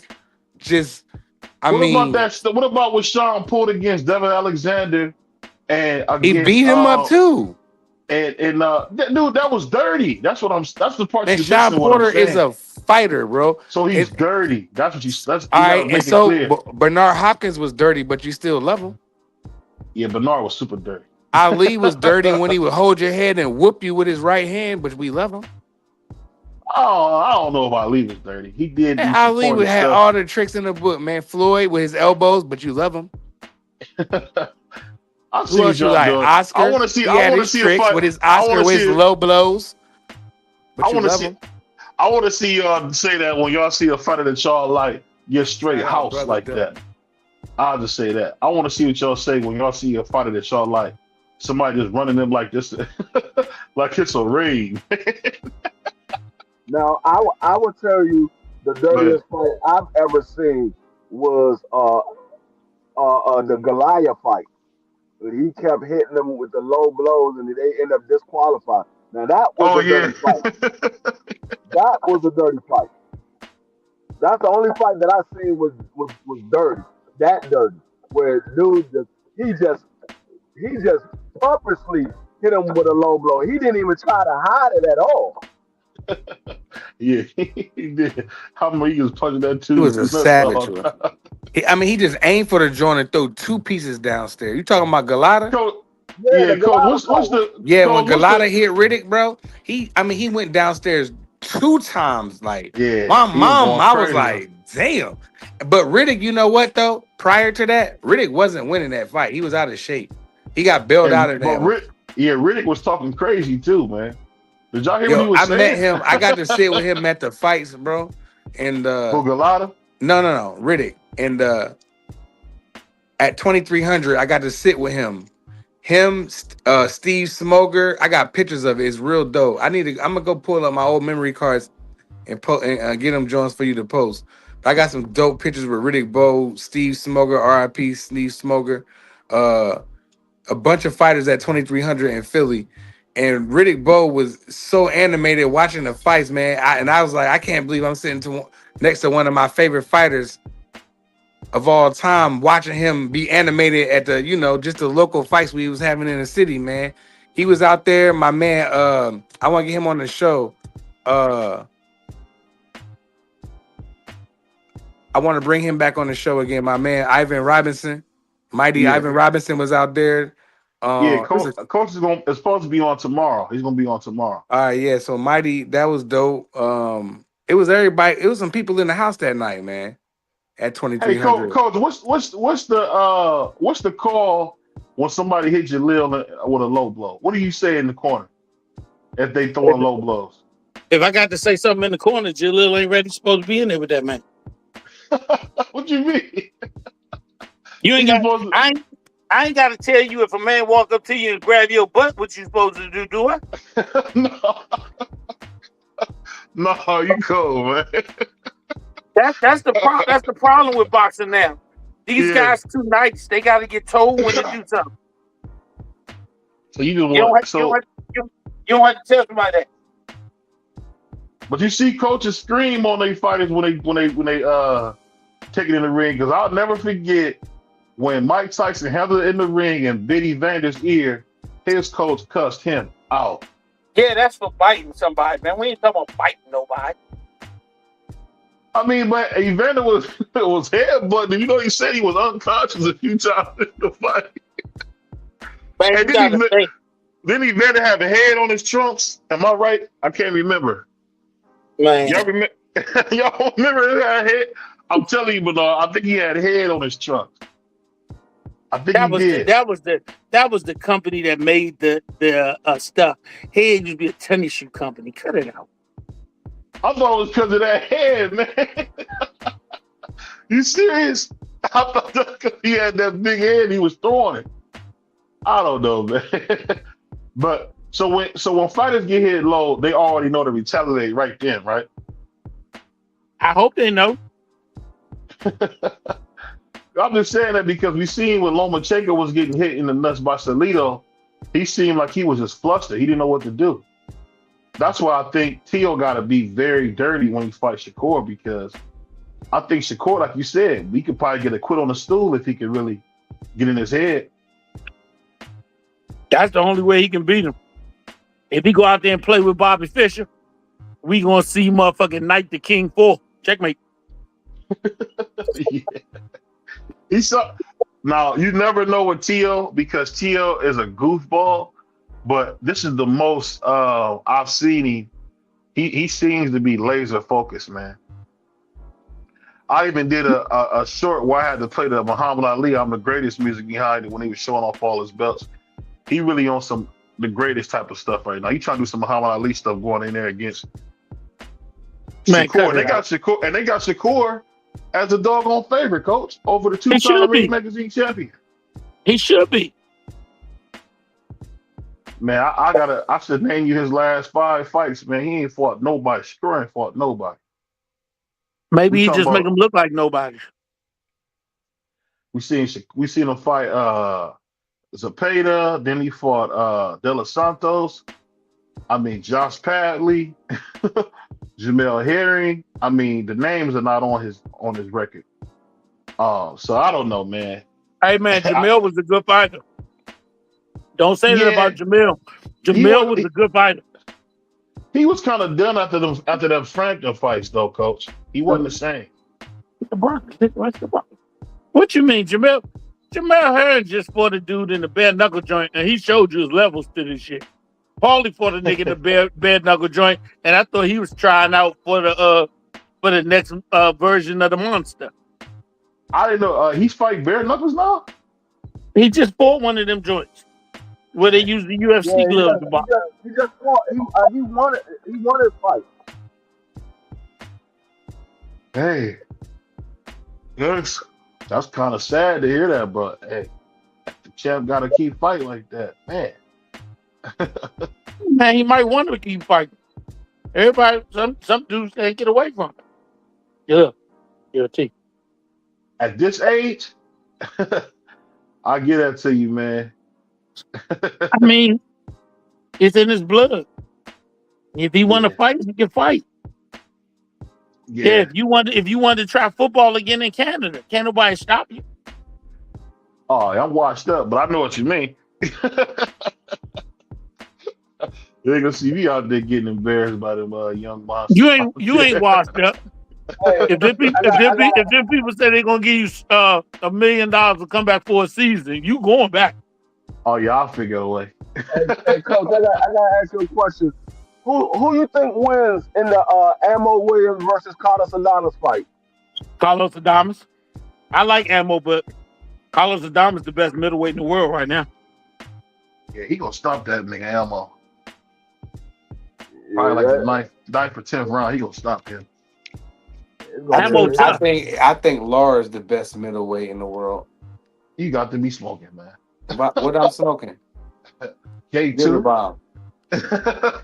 Because ain't no way his old tail is not beat. Ain't no way he's old tail. What do you mean ain't no way? Laura been knocking ish out. You tripping. Man, Carlos Adames have beat the life out of him, man. Man, we don't know that. I don't know. That old man still got. I ain't gonna say that. We don't know that, BBO. You tripping. You got a Rusty, man. Rusty, bro. That old man still got some tricks up his sleeves. I don't know. He can't move no more. He don't need to move. He'll slump you. You tripping, man. We seen Canelo rush that nigga. It ain't about moving. It's about maneuvering. If you can maneuver through the fight, you ain't gotta do a whole lot of moving. Man, Laura the boxing Barry Bonds, he getting more home runs after 40 than anybody. Right. Hey, Laura let his hands fly, bro.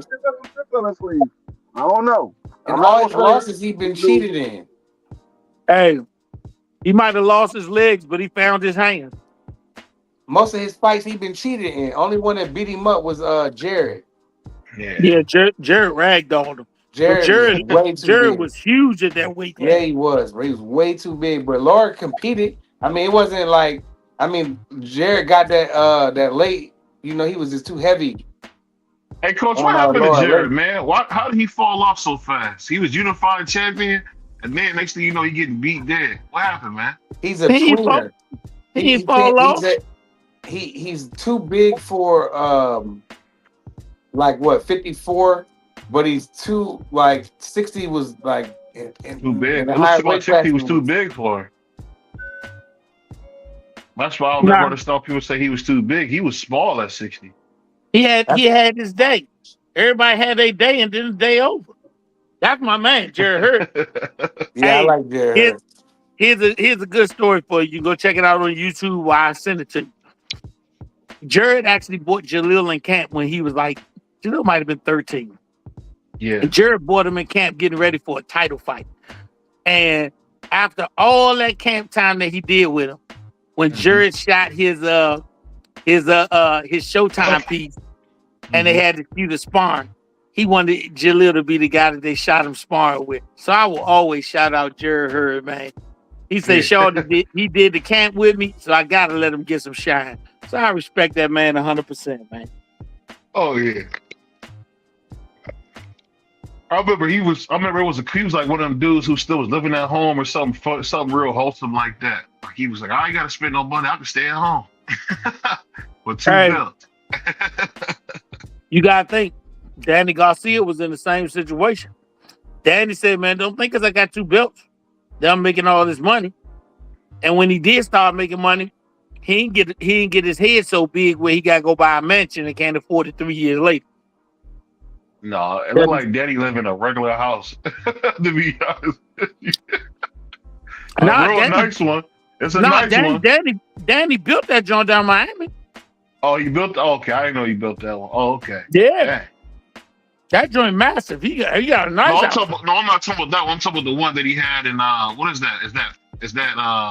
That's the house he grew up in on that he was showing y'all. Oh, okay. But it looked huge. He must have added on to it then, because it looked huge, man. Danny made the most out of the less, and I gotta respect him. If you remember when Jamel Charlo said, if you ask the dudes that got the money out of all of us, Danny Garcia got it. Yeah, he did say that. Danny invested his money. And you know why? Because Danny had a father that he had the respect of a father's son. His father told him do things this way, and he was one of them sons that was brought up to listen to a father. That's why I tell you, a father is so crucial in a young man's life. Because after he started getting that testosterone running through his nuts, it's hard for mama to get through to him. So that's when you need daddy to get through to you. Yeah. That's funny though, because I'll tell you what, Danny Garcia, you just said it best. He made more with less than anybody. Yep. Because I remember when he knocked out Amir Khan, man. He was not picked to win that fight. People forgot, man. But he was an underdog in all of them. Amir, Lucas Batiste, Lucas the Bazooka, whatever. He was on a roll at the time. Yeah. Yo, Danny, his 140 run should be Hall of Fame since they put still anybody ran in. from Bud Crawford, but I know what you're saying. I think it was business wise, but I'm talking about his 141. As soon as Bud got to 40, that nigga was gone. Man, because he got too big. He was too big. Danny liked to eat and chill, bro. Man, Danny ain't no big guy, man. You know that. Man, for 140 he is. I'll leave it I'll disagree to disagree. I chill with the nigga at the fights. You seen the photos? That nigga would be big for 140. So as soon as Bud come, you leave? Come on, bro. You could at least get a nigga he already had PBC wasn't getting no fight. There's bigger opportunities at welterweight. You know PBC was not giving Bud no fight with nobody if he wasn't part of the team. Oh, yeah, I forgot about that. You're right. You must have lost your Was mind, that Golden Boy days, or that was he was already with PBC at 140? Nah, he was with PBC by then. Okay, I thought he was still a Golden Boy at 140. And it wouldn't have made no difference. Al was still controlling all of them. Mm-hmm. Let me ask you this, though. But let me ask you this. What do you think Oscar's seeing in Danny Garcia? Money. No, I'm talking about as a fighter, not as money. To fight as a fighter. What would you say Danny's best attributes are? The ability to make money. What you need to stop acting like this to amateurs. I see something special in you. When they see you can make money, they'll make you special. Look here, let me tell you some real shit.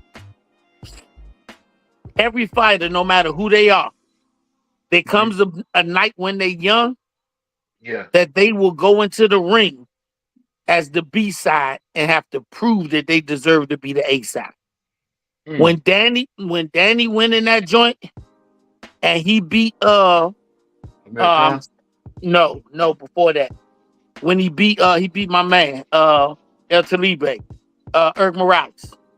Morales, yeah. When he did that, he almost unalived him, bro. But that was the night when they say we find out if you're an A side dude or if you're just a very good B side. Eric was old. Eric had no business in the ring with Danny. Listen what I'm saying. I was telling people they was crazy for thinking that Eric, that old man's gonna beat Danny Garcia. Nah, you gotta look at the picture. You can have good nights And that's any fighter. If you want to say Jalil was the A side in all of his fights until he got the peak, I'm gonna tell you you're wrong. He was the A side in all of his fights until he fought the dude Adrian Gutierrez for the WBC youth title. Go back and look at that guy's record and who he was working with at that time. And that was the night Jalil was the B side. He wasn't supposed to win that fight. Garcia, he had a guy on that card, and we've known since the amateurs. He said, "Man, I think y'all took too much of a fight for Jalil with 6 fights against a kid that was 16-1." There comes a night, and I want fighters to realize this. There comes a night when you have to bite down and say, "I am a A-level fighter." They don't give it to you. Floyd Mayweather, his big night came against Gennaro Hernandez. Yeah. When he beat Gennaro, he was the B-side. Gennaro was the Hall of Famer, just waiting to retire. And Floyd had to beat him. Every fighter need to realize that within themselves. Don't let your team keep giving you these goddamn tomato cans to get you 30-0. Yeah. At some point, you're going to have to beat an A guy to be considered an A guy. That's a fact. That's a fact. That's definitely a fact. One thing I will say about boxing I'm learning is, like you said, you really they're going to make you earn it every step of the way. So ain't no, as they say, ain't no free rides in boxing, man. You going to earn it every step of the way. But let me ask you guys, being a great amateur, only thing being a great amateur do is give you the opportunity to get your feet wet the right way.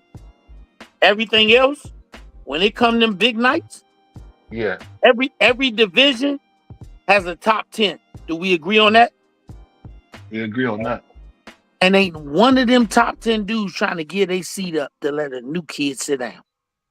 Smash a like. The new kids got to take it. Jalil. Thank you. The new kids, Abdullah, Merriweather, Xander, all them got to go take it. And I think, I like what the way Coach said this he said this a minute ago. Johnny. Salute to my man insane. Coach B said this a minute ago. He said that the newer generation is going to bring it back. Because they're willing to rumble with each other, bro. And I believe it, bro. You got people like his son. You got Xander, who's young, doing a unification.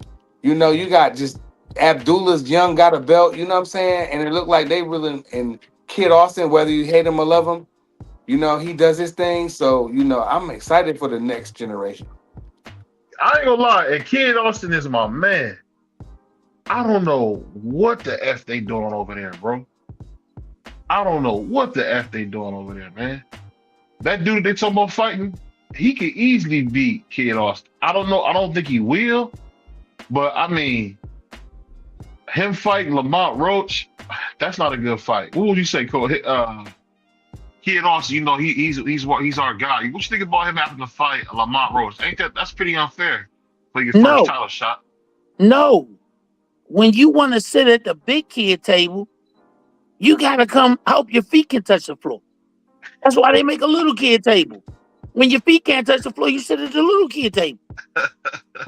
It's a height requirement to ride the motherfucking the roller coasters.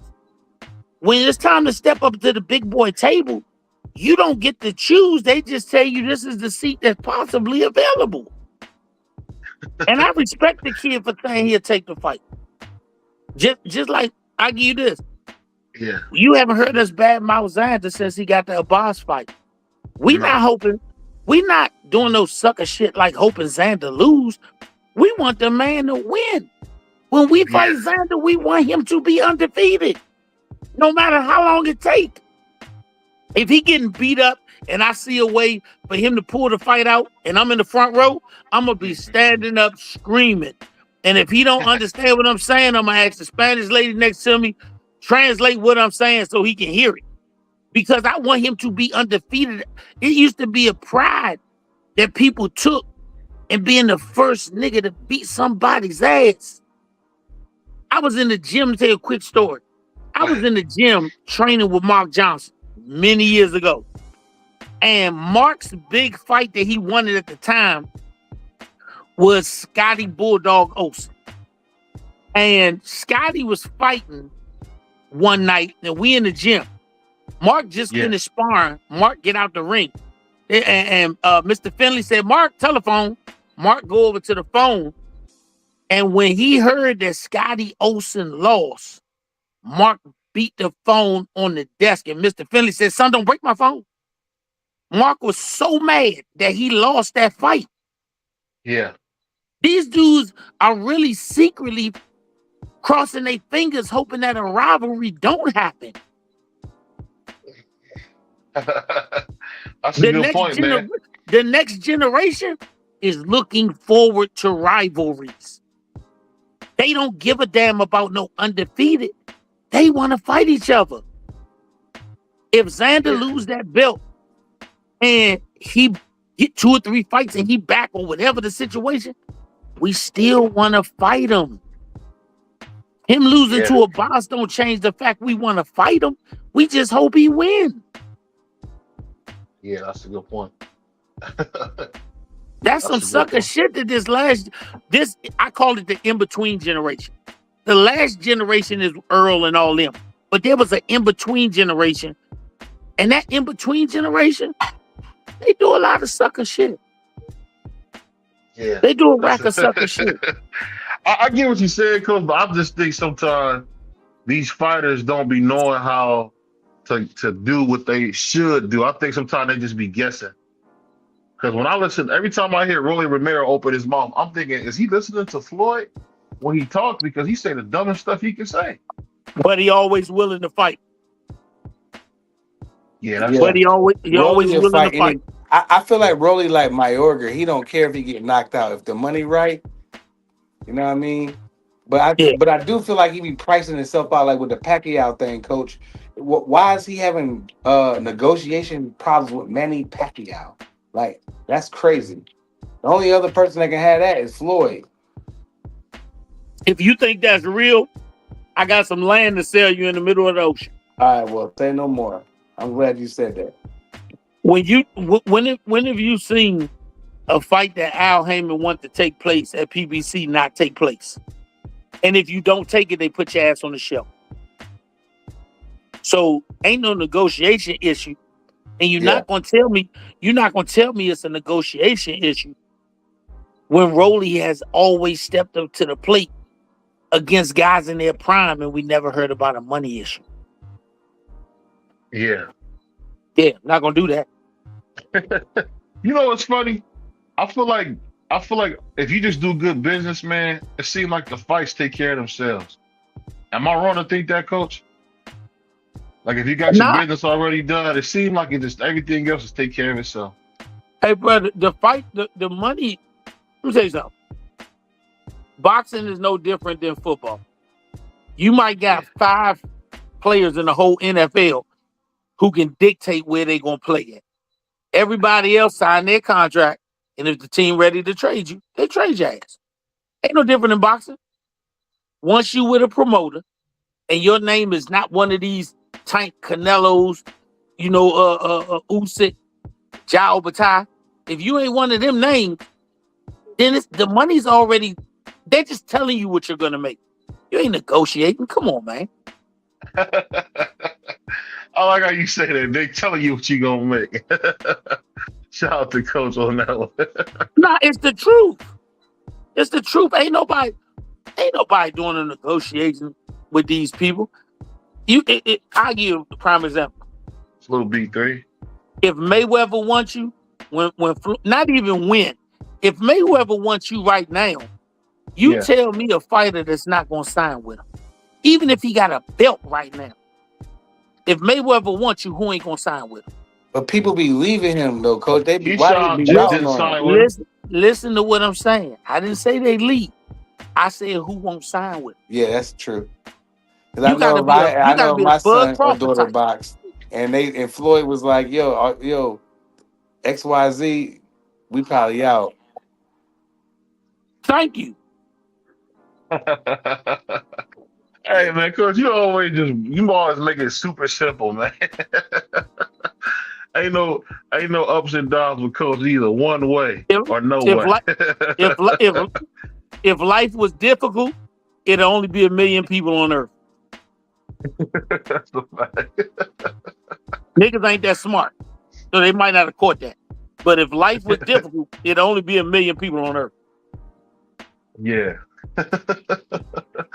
Because it's not, we got 7 billion, man. Hey, but I'll say this before we get out of here, man. What you guys think about Triple D being back with his trainer Don Charles? What do you say about that prize free and coach? And getting back with his original trainer that made him great. Should have never left. Yeah. Yeah, that's what I was gonna say. Yeah, he said that Triple D said that Don be cussing him out too much, and they kind of had a conversation about that, about him not using such harsh language. So hopefully that. Don old school, man. You know. Yeah, you can't be calling it. You can't be Might calling get it cussed out MF, by one of them old heads. Yeah, you can. I don't even know his name. MF this, MF that. Them people that's 80, 90 years old, they'll cuss you out, man. Trust me, Nah, I know them in no. real life. Nah. Glasses going on the other side till they get over there. They were like, man, I had a bet on back over here. Let me go back. And Yeah, guess 'cause what? Go ahead. He ain't changed. Hey, the coach ain't changed his mind. The fighter had to come to the conclusion that this is how he is. Do you know when you get to a certain age, you don't give a fuck. When you get to a certain age, you truly don't give a fuck. If you 70, and if you in your 70s and you still coaching boxing, even if you're at the highest or the lowest level, you can look at any fighter that come in your gym. He could be the best fighter in the world at the time, and he say, "I don't like the way you treat me." You know, get the fuck out there. At 70-some years old, he ain't trying to buy no Corvette. He ain't trying to run around here meet no girls. He doing this because he love it. So if you ain't gonna do it his way, he's gonna show you the highway. Salute that, yeah. Leave out the door, go out the parking lot, make a left, go up 3 blocks, and get on that motherfucking sign that say 95. It'll get you all the way back home. Yeah. I just was shocked to see him get back with Don Charles. I thought they was a good team. And it looks like they're gonna make it back working. I just hope that Don just take it a little easier on Daniel. Because he used to be cussing Daniel out. I hope he bite down even more. Every nigga that leave the guy who made him great, yeah, they turn and do like a 180. They go back to who they used to be. And most of these jokers wasn't nothing but scum. Yeah. Boxing coaches turn most of these guys around, not just as a boxer, but in life. Yeah, as a person, huh? Yeah. Bernard Hopkins to me was at his most vicious when Bowie Fischer had him. When he was with Bowie Fischer. Yeah. Because Bowie Fischer ain't play no games. He ain't play no games. Marvin Hagler wouldn't have been the Marvin Hagler we know without the Petronelli brothers. Marvin Hagler was working a construction job with them and training in the evening. Yeah. It's about making men out of these dudes. Yeah. And I just think that Don Charles, I think with everything I heard Don Charles say, he was talking about Daniel as if it was his son. It wasn't like he was even mad. He said, he had to learn. Direct quote is, he had to go away from me, find out what works best for him, and I'm glad that we're able to come back together. And he said Daniel has a better understanding of how I want to run things. I said, dang, coach, you back doing what you always do, telling Daniel what he's gonna do. I had to put my son out. My son realized it's fucked up out there in them streets. When he came back, I asked him, "Are you ready to do it my way?" He said, "Yeah." And I let him walk right on past me with his head down, gone upstairs. Your room's still open. Your room's still open. Do you understand why the Russells were so great? Yeah, they followed instruction for sure. Nah, they did what they were told to do. Fuck instructions. Do what you're told to do. Yeah. And that's a different mindset. Following instructions is, I think you're telling me the right way to do it, and it makes sense, so I'll do it that way. Doing what you told to do, I don't know if that shit right or wrong, but I'm gonna do it. You know what I will say? One thing I learned whenever I would do it my grandma's way, I always was way more successful. Even now, I'm doing it my grandma's way, and I'm way more successful. You know, you just say whatever you want to do the opposite. Just think about what I was saying, do that. Hey, the good brother that be on here with us. I don't like messing people's names up if I get them wrong, but he do the crane operation. If he wanted his son to be the greatest crane operator the world ever seen, his son can't do it without him. Yeah. So how in the hell he gonna tell me? How in the hell he gonna tell his father? And one. Nah, you got to do it this way. You tell a nigga shut up. Hey, What man, you gonna tell him? You was mean to your son when you told him shut up. You know what? My grandpa, he made sure that I wasn't on a job with him. I couldn't wait. He got his own stuff now though. He's in the law enforcement now. So he didn't like that. My stuff. brother Chris, man. Salute, man. Hey, I'm gonna ask you this though, man, before we go. What is it like to be rich, Price? Get out of here, bro. I'm poor. Hey, man, I never heard nobody getting a brand new car at no 15 years old, man. Hey, Price. Hey, Price. He's what? See, he wanted to see. We're not doing that tonight. Hey, Price. We're not doing that tonight. Shout out to the rich, He just mad. We're not doing that tonight. You know, my grandma say when I do something good, I'm gonna fry you some fish, boy. Hey, Price, he just mad because he came home from the hospital in a cab. That's crazy. I definitely came home in a cab, a yellow one. He mad at you, man. Don't let the man do that. Nah, it's all good. It's all Hey, shout out to my man Pride. Pride was born out of with a midwife. Yeah, they probably had him at the estate. But you know what? Let me tell you something. Funny you said that shit. Shout out to Santino. Your mindset is the reason why niggas in the 80s got all fucked up. Wow. Because they made a nigga feel bad because his parents wanted him to do better than them. And the only reason them niggas felt like that is because they was doing worse than that nigga. I ain't mad at my brother. He had a family that put him in a good situation. I ain't do nothing wrong, man. I was born like that. Born rich, man. Nothing wrong with it. If you was born rich, let me tell you something. Every nigga jealous of you. Every nigga jealous of you if you was born rich because they was born broke. I'm about to say I didn't know it was a bad thing being rich. I thought that's what most people were striving for, to be well off. I didn't know that was a bad Prize thing. isn't well off. Prize is rich. This is different. Nah. Yeah. Being rich is different. You know what I said?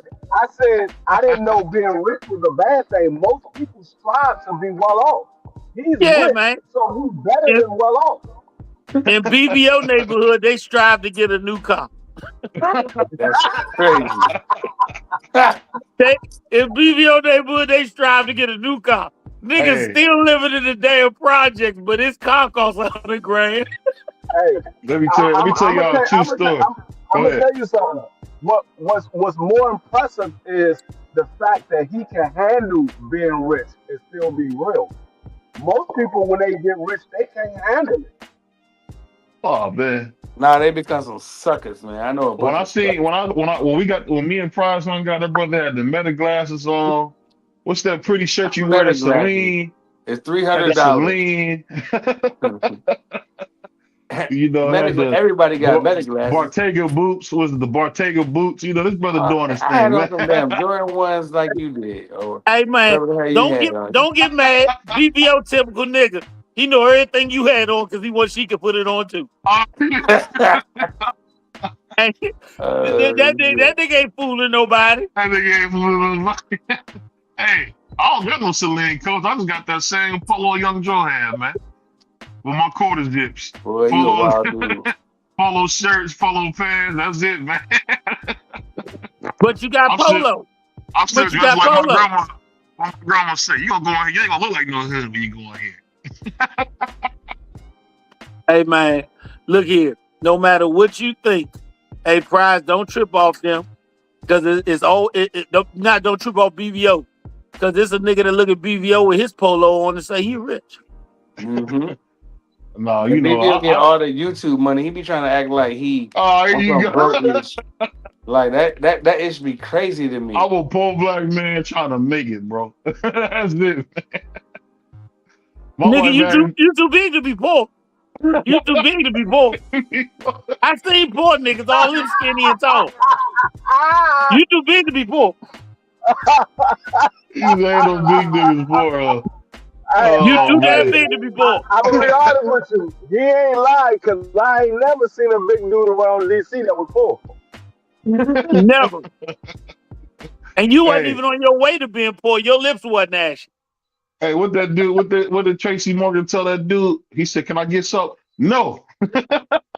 Not the Tracy.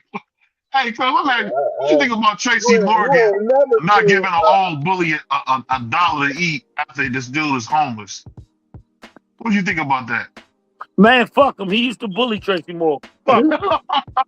The dude homeless. Go, Jesus. Tracy Morgan should have bit a burger and threw that bitch in the trash right in front of him. Hey, he said, Tracy, I'm homeless. He go, I ain't got nothing to do with that. That's on you. Man. Hey, when Tracy saw that nigga, the memories from elementary school came right back. It wasn't no smile or nothing. So that shit fucked Tracy Morgan head up. It did. He ain't even want to stand outside no more. He hurry up and got in the car. Hey, Tracy at least could have gave him $100 bill, bro. Man, Tracy did exactly what a real nigga should have did. Nigga, I ain't make you homeless. Can I get something? No. It's like he was talking to his son. No. Yeah. That nigga must have did one of the BVO moves to him and put his head in the toilet. That's crazy. You know what's funny? Coach said people didn't do that. I thought people gave people swirlies and all. I thought that was normal. Swirlies? That's crazy.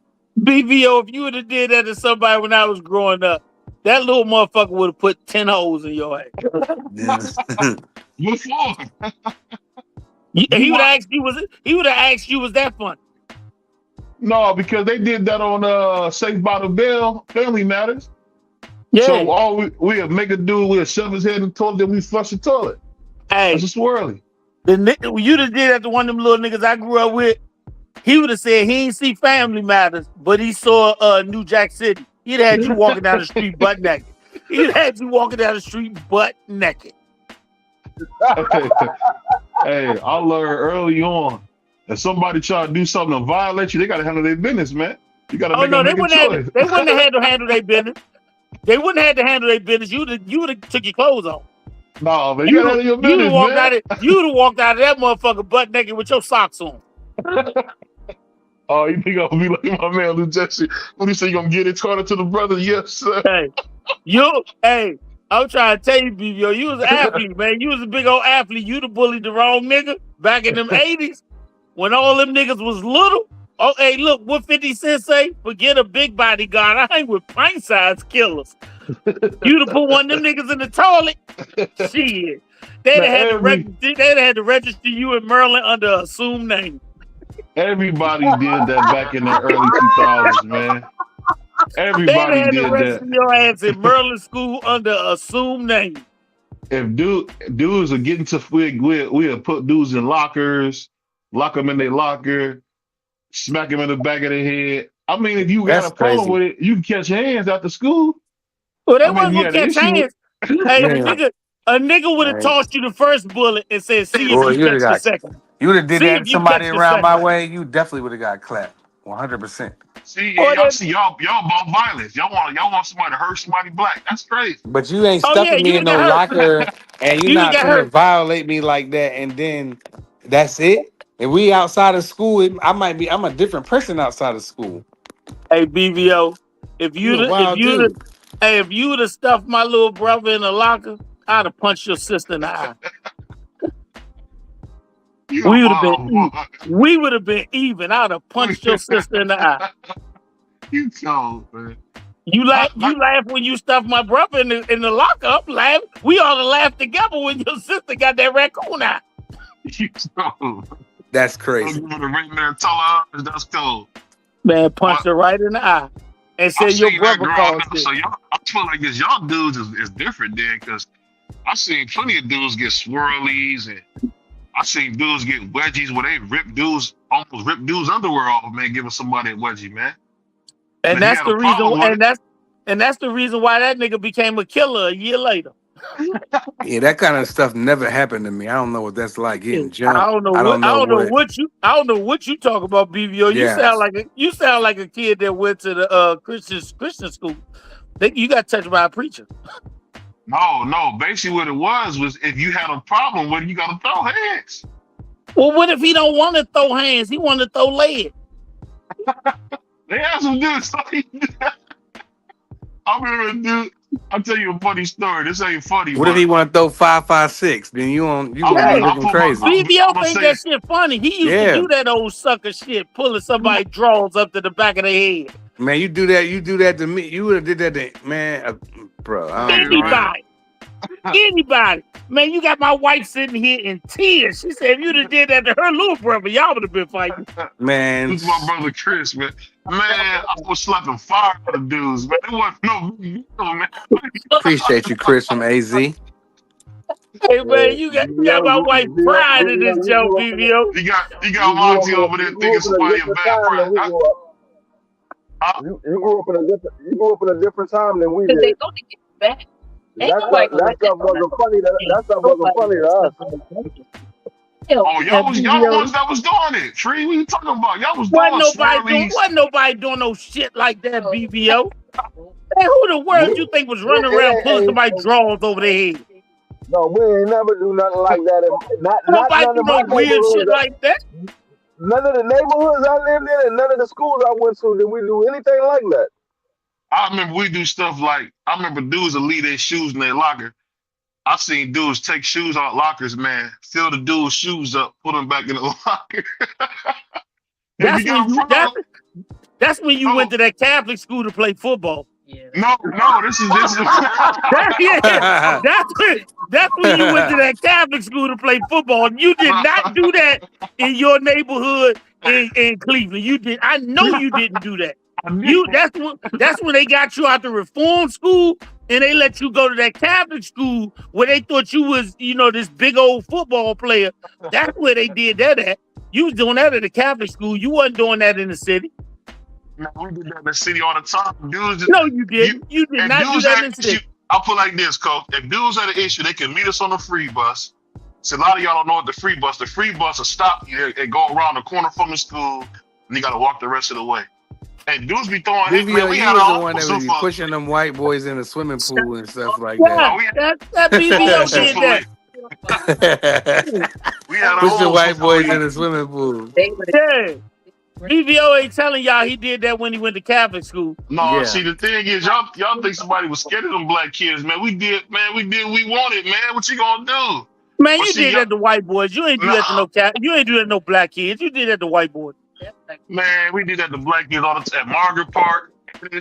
Margaret Park's closed down, but we go up to Krause. We go up to Krause, Prentice Park. I'm telling you, man. Back then, everybody mama had 6 kids in Cleveland. If you thought that the other 5 kids was gonna let you do that to their brother, you got another thing coming. Even if she had 1 boy and 5 girls, them sisters will jump your ass. Hey, I never said I didn't got chased. I didn't got chased to the bus stop before when Cass came back. I'm not gonna pop like I did. I didn't got chased down before. Thanks to the grace of God, I was able to get away. But it's Cass who came back fierce over a joke. You be like, bro, I was joking. I don't care. First of all, I mean, you said you pulled guys' underwears over their head. No, I didn't say I did that. I said we gave dudes I seen guys. Now, I believe that now, because you got to know BBO in real life. I believe him. I'm just saying. Man, BBO lick his finger sticking in somebody's ear. That type of stuff. Over their head. No, it wasn't. No, totally joking, man. But that's what they would do. They give dudes. Yes, wedges. You did. No, you did, BBO. Yes, you did. I ain't joking. I'm dead serious. You the type of dude that lick your finger and stick it in somebody's ear.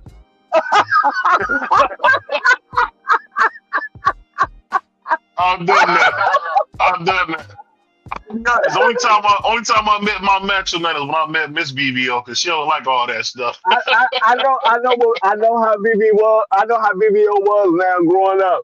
BBO would watch them on TV shows and see them do stuff on TV shows. Like, man, I'm gonna do that with my friend. I know how BBO was, man. Hey, Yeah, man. that's TV. You can't do that in the hood. You can't do You know, that. you know, every time he talk about his friends from the neighborhood, he said it was 5 of them, and they was all big, tall dudes looking like Fat Albert gang, All them niggas was in high school. They was messing with the elementary kids. They was all in high school. Nah, we weren't doing that. You were goofball. But Rudy, Dumb Donald, Weird Harold, Fat Albert, Mush Mouth. Hey, all I'm telling you is this, man. I had some losses doing that too.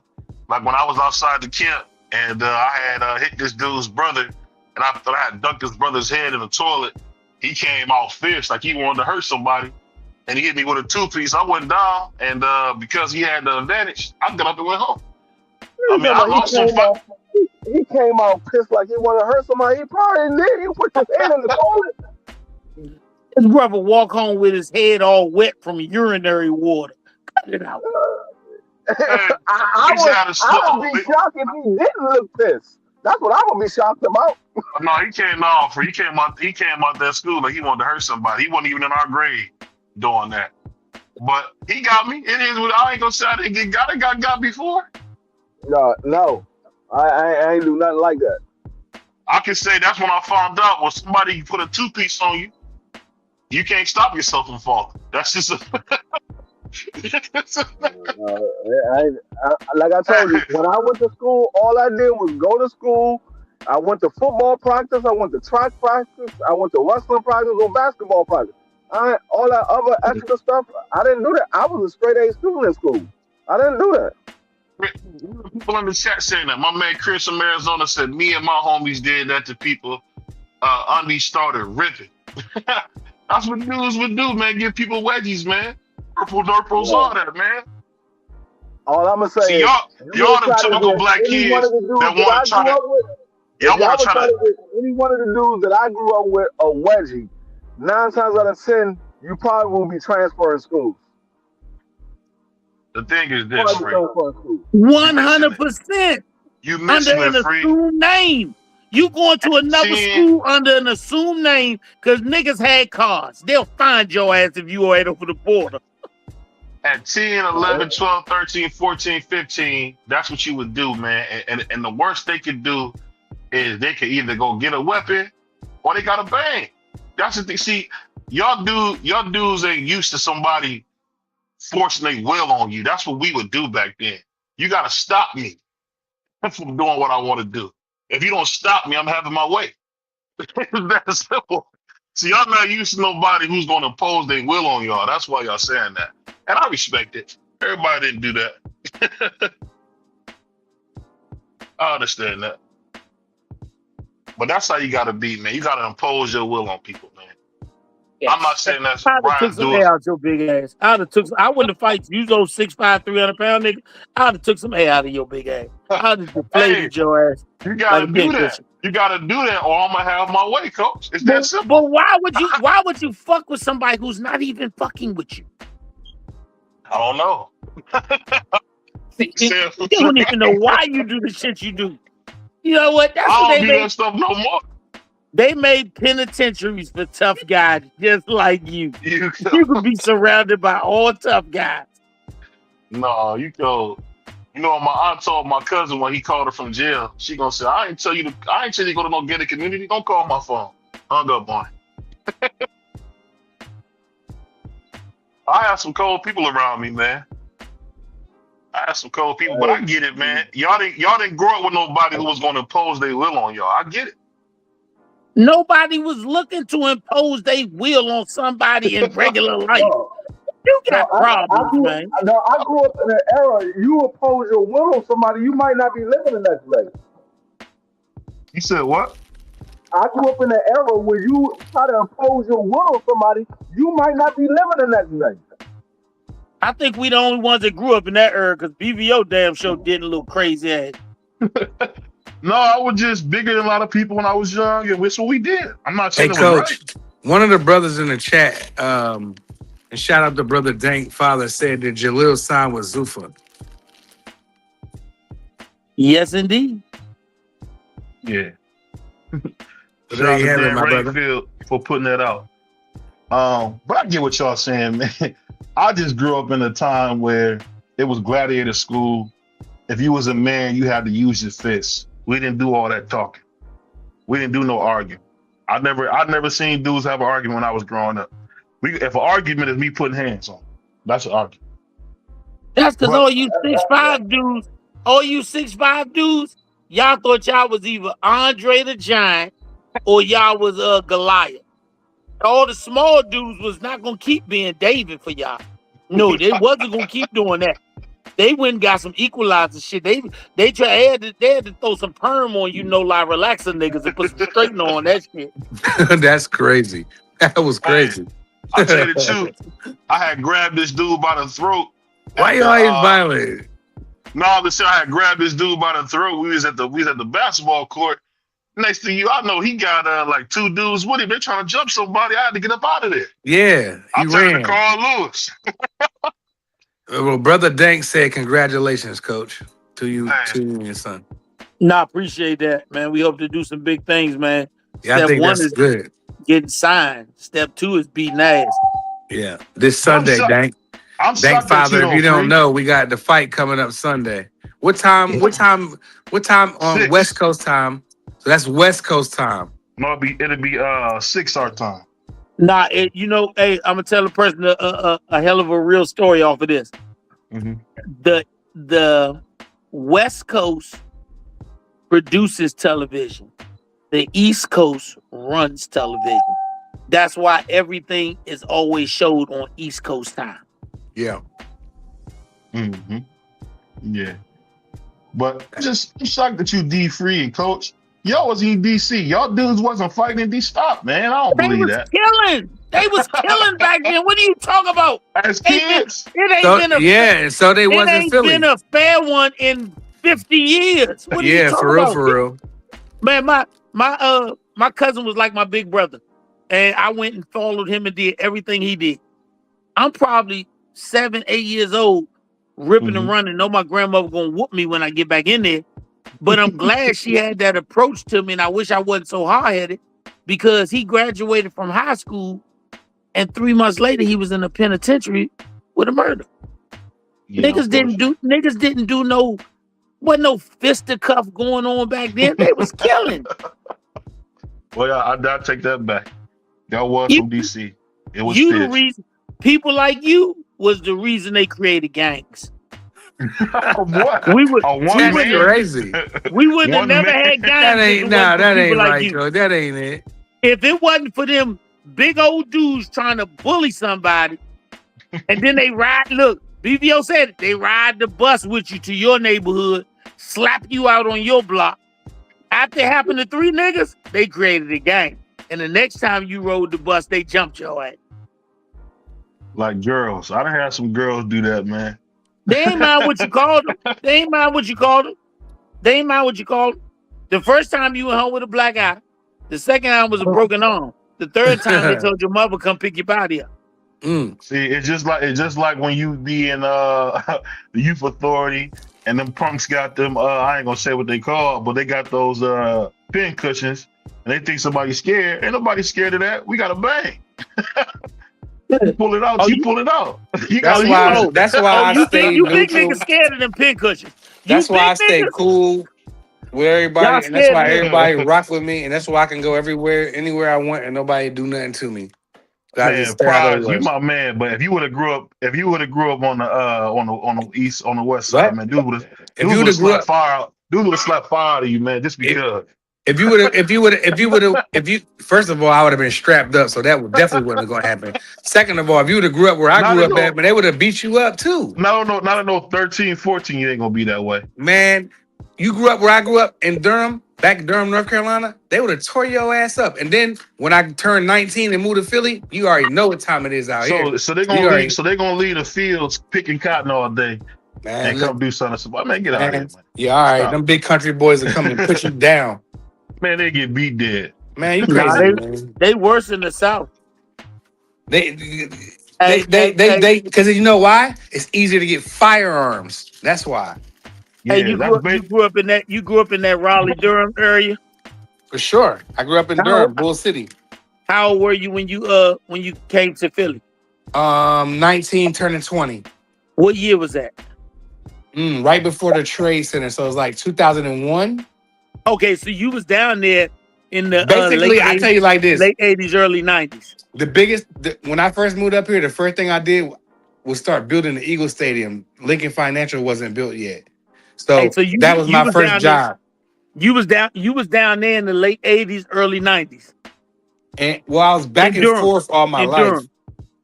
Well, I was born in Philly, and then my grandfather took me to North Carolina, but I was back and forth. I went to kindergarten in Philly. I went to like kindergarten, first grade. Then I went back down to North Carolina. So from like first grade to like 19, 20, I was down in the Durham, Raleigh area, Greensboro, Charlotte, Fayetteville. Oh, I know. Hey, Slim, I know. I caught one of my charges down there. I caught one. I was on the road with my shit. And I used to fuck with some good dudes down there, but they was very wild dudes. They had I don't know if you remember years ago, it was a group of dudes called the Mustang Gang. I might be a little young for that. Man, them niggas was doing heinous shit. And I used to think them country niggas was country. They was country. But they'd do some shit to you that niggas in the city ain't thought of yet. Because it wasn't nothing to do. Yeah, them niggas was wild. Them country niggas. We couldn't walk to the corner stores and stuff like that. We couldn't. You know what's funny though about y'all saying that? See, this is the thing that's how I grew up. This was Gladiator School. Shout out to Kojak, God rest his soul, Buddy Yo. Man, when we was growing up, dudes threw hands. I remember it was this movie called Fight Club that came out, and we just be in the middle of the parking lot just throwing hands, man. Like that's what we did. And you'll see some hands get thrown in school, but outside of school, man, niggas. When I was growing up, niggas was busting, bro. Niggas wasn't throwing no hands no more. Hey, BVO, that shit was wild down there when I was down there, man. Cause if you fuck with one motherfucker down there, and I learned that shit was crazy. You ask the nigga what his name is first, because like you familiar with Vance County? Mm-hmm. Yeah. Man, Roy Hill, Vance County, all that shit, Color Weed. Small. That shit named after a family. I found that shit out when them niggas was Vances, Color Weeds, Proctors, Roy Hills. Man, if you fuck one of them up, shit, their cousin coming, he might be the fucking sheriff. Yeah. You ain't just fucking them up, man. You ain't just fucking them up. Growing up down where I was at, man, it was a lot of people my age that didn't make it. You know what I'm saying? Man, and I was around them. Them niggas was crazy. I can't believe y'all wasn't fighting as kids growing up. We did fight as kids, but when we got 16, 15, 16, 17, old enough to drive, it's over. 16, 17, I was already doing the right thing. I'm talking about 10, 11, 12, 13. Oh, now, yeah, we wasn't getting no hands on no strap in no 10 and 11, yeah. That's what I'm telling y'all. So y'all would have got beat up. No, nobody was going to do, not me and my boys. It was like Coach said. I knew what BVO was saying. It was too many of us. It was too many of us. We would have pounced on your ass like a lion and a gazelle. I promise you. It was too many of us. It was like 10 of us. For real. Close friends. And I'm talking about 10 of us where each of us mothers know each other, then been out, hung out. They hang out. You know what I mean? It was like 10 of us. We would have strolled you out. We would have crazy. And then when we got our hands on that cold steel, it was really over. Hey, you better ask about us. At 10, 11 years old, I can call my sister right now. If you'd have did something to me and I couldn't get back at you, I'd have made my sister beat your sister half to death. And she wouldn't have never knew it was coming. She would have just punched her in the face off the rip. She wouldn't have knew it was coming. I can call my sister right now. That's and dirty, say, Tab, if a nigga would have did something to me and I couldn't get back at his ass, and he had a sister in your class, what was gonna happen? She gonna get the shit beat out of her. I'll say this, man. When I was 10, this is 2000. I was 10, 2001, I was 11, 12, 13, 14. Man, we was little like that, man. We was causing havoc, man. We just walk up to dude, man. This is back when they used to like slap dudes. Like we walk up, slap dudes, man. What you gonna do about it? Nothing. And like we used to call them boy band dudes, like a dude like under 5'8", slap his ears off, dare him to do something. You know what I mean? You know, we was like 5, 10, and 10 years old. So it was like, I don't know. I ain't proud of that, but it was a lot of fun as a kid. Yeah, at that age, yeah, you know. But me and my boys, we was chilling. We wanted to hoop and play football and basketball. You know what I'm saying? Guess what? You would have got slapped while you was playing. By who? That's what we would have did. No, you would have did. You think I didn't walk on a basketball court and trash slap y'all a dude? I don't care how big you was. Me and my boys, we didn't have no back. Now you wasn't gonna slap nobody. We playing football. You slap somebody, we gonna be out there rumbling, win, lose, or draw. That's the thing about me and my friends. We don't care if we. So what happens when y'all lose? I'm from the old school. I don't care if. So when y'all lose, guess what? You getting a swirly. If somebody, man, we gonna be out there rumbling. You crazy. You getting a swirly. I'm telling you. If somebody at the basketball court slap me, we gonna fight. And if I lose, then I lose. That's what's wrong with these new niggas. They can't lose a fight. Man, pride. I even had it to me when I was young. When I was little, it be dudes that be at the bar street. They'll strangle you, man, for nothing. First of all, I was too good at basketball for anyone of them to do anything to me. At the free breakfast, so you didn't go to stuff like this. They used to have free lunch in the summer. They used to have free breakfast and lunch in the summer. At the free lunch, dudes was getting hands put on them at the free lunch, bro. You never at the free lunch, that, man. And don't tell me what I experienced. When I was at the free lunch, ain't nobody do nothing to me. So you went to the free lunch with the poor kids in the projects. You knocked on the door. That's who I hung out with. Got you a cold box lunch. There was nobody to hang out with in my neighborhood, except for my boys. And they didn't live where I lived at. Maybe one or two of them, but the rest of them no. But other than that, yeah, I went to the free lunch because I was with them. So I'm in there. What you mean? Hey. Bugging. I'll put like this, but now open up a can of worms, man. Shout out to Coach, man. And then when I went there, you know what happened? You know what happened to me? Nothing. I just have a hard time believing you could do that. You could come to the free. And that's what we had kids, bro. We had dudes that had a little better life, had a couple cheese on them. That mean when we go to the store, you buying everybody something, or we beating you. It's just how it was, man. Well, you ain't gonna walk around us with a pocket full of money. You gonna buy I was walking, and you know what? And I was probably somebody young boy, and you better not do nothing to him. Don't look at him. Don't say nothing to him. He cool. Hey, we gonna jump on him. Yeah, all right. See, and that's where you would have got clapped when you got 16, 17, 18, because now you messing with the older guys.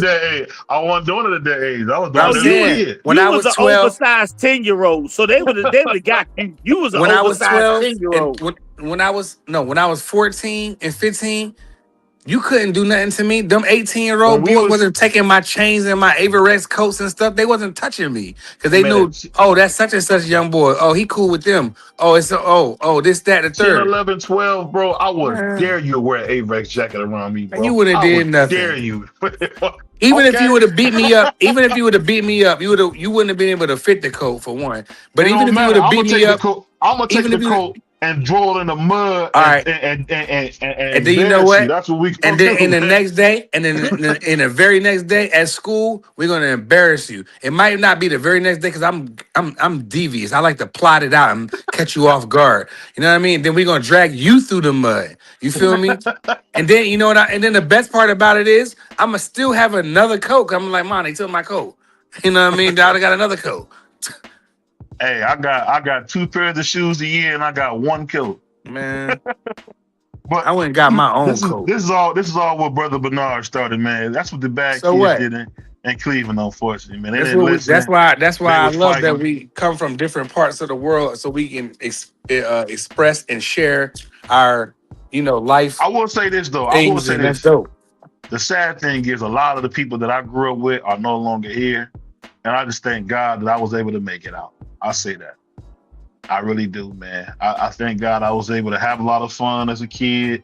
Mm-hmm. I didn't have no bad childhood. I used to go to Toys R Us, but I just like to mess with people as a kid. One time I was hanging out with some dudes. My grandma said, "I thought you was over there making friends. You over there messing with people." Man, I'm glad that I grew up the way I grew up too. I had a great time.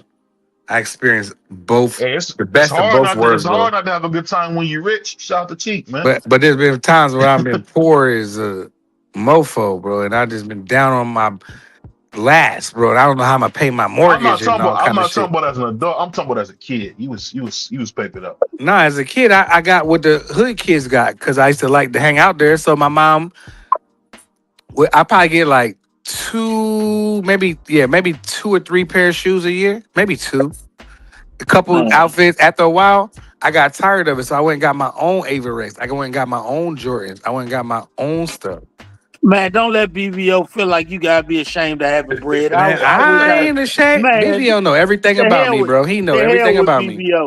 I wish, hey, if I could grab your granddaddy and you wanted to grab my situation, I would have damn sure trained. But you know, see, BVO be trying to act like I ain't never been through nothing. That's the part that triggers me. It's not that okay, I grew up the way I grew up. Cool. There's nothing I could do about that. I had everything. There's nothing I could do about that. That's what God's plan. That's not my plan. But BVO act like I ain't never been through nothing because of that. When I was one of them kids, when you'd be like, oh, why the rich kid? You got everything. Why you not doing this? Why you getting in trouble? Why is this? Why is that happening? And you don't understand why, because I'll have more fun hanging out with goofy ass people like BVO doing stuff to people, you know what I'm saying, than chilling and being regular and chilling with my video games and just chilling in my crib. I'd rather go troll people and do what BVO, pull wedgies up and put somebody's face in the mud or strip somebody's shoes. Or my favorite thing was a steal. I would love to steal sound systems. That was my thing. You know what I mean? I would love to steal. I wouldn't go as far as what I. See, I never did none of that. See, I did all that. Coach. I go to the firearm show and come out with 3 or 4 cold steals. Easy. I love to steal, and everybody liked me because I had everything that you want. Most of the time, I had most of the stuff you wanted. You know what I mean? Because nobody was gonna do that to me. Like cold steel too, steel reserve. That's crazy. He put it in a freezer. I would do that and chill regularly. I'm like Coach, man. As long as I got me a Miller Lite, I'm like Billy D. I'm laid up. No, Coke 45. My better Coke 45. Me and my boys, we'll leave your Honda Accord on brakes. You heard back in the day. That's real talk. I'll put the rims on my car and drive in front of you, and you ain't gonna do nothing to me because I'm with me and my friends. You ain't gonna do nothing. You know I got the system. Everybody said, "Oh well, yeah, I got the system. What you gonna do about it? Nothing." My whole thing was this. Tell your parents to buy you another one. It ain't right. It ain't right, but I looked at the world as my playground as a kid, and I used to have this feeling of, if you got something to say, stop me. And be honest with you, that's what got me in trouble. I have to be honest with you. And even now, I'm a civilian. Even now as a guy, I gotta remember, like, you can't have your way. I'll tell you what, there's a famous line that Currency had about a guy. He said, I seen the biggest niggas get beat senseless by little women. The famous story of Mike Tyson and Robin Givens. I could say I really know that now because I got a little 5'1" chick who would step to the kid and he'd be like, dang.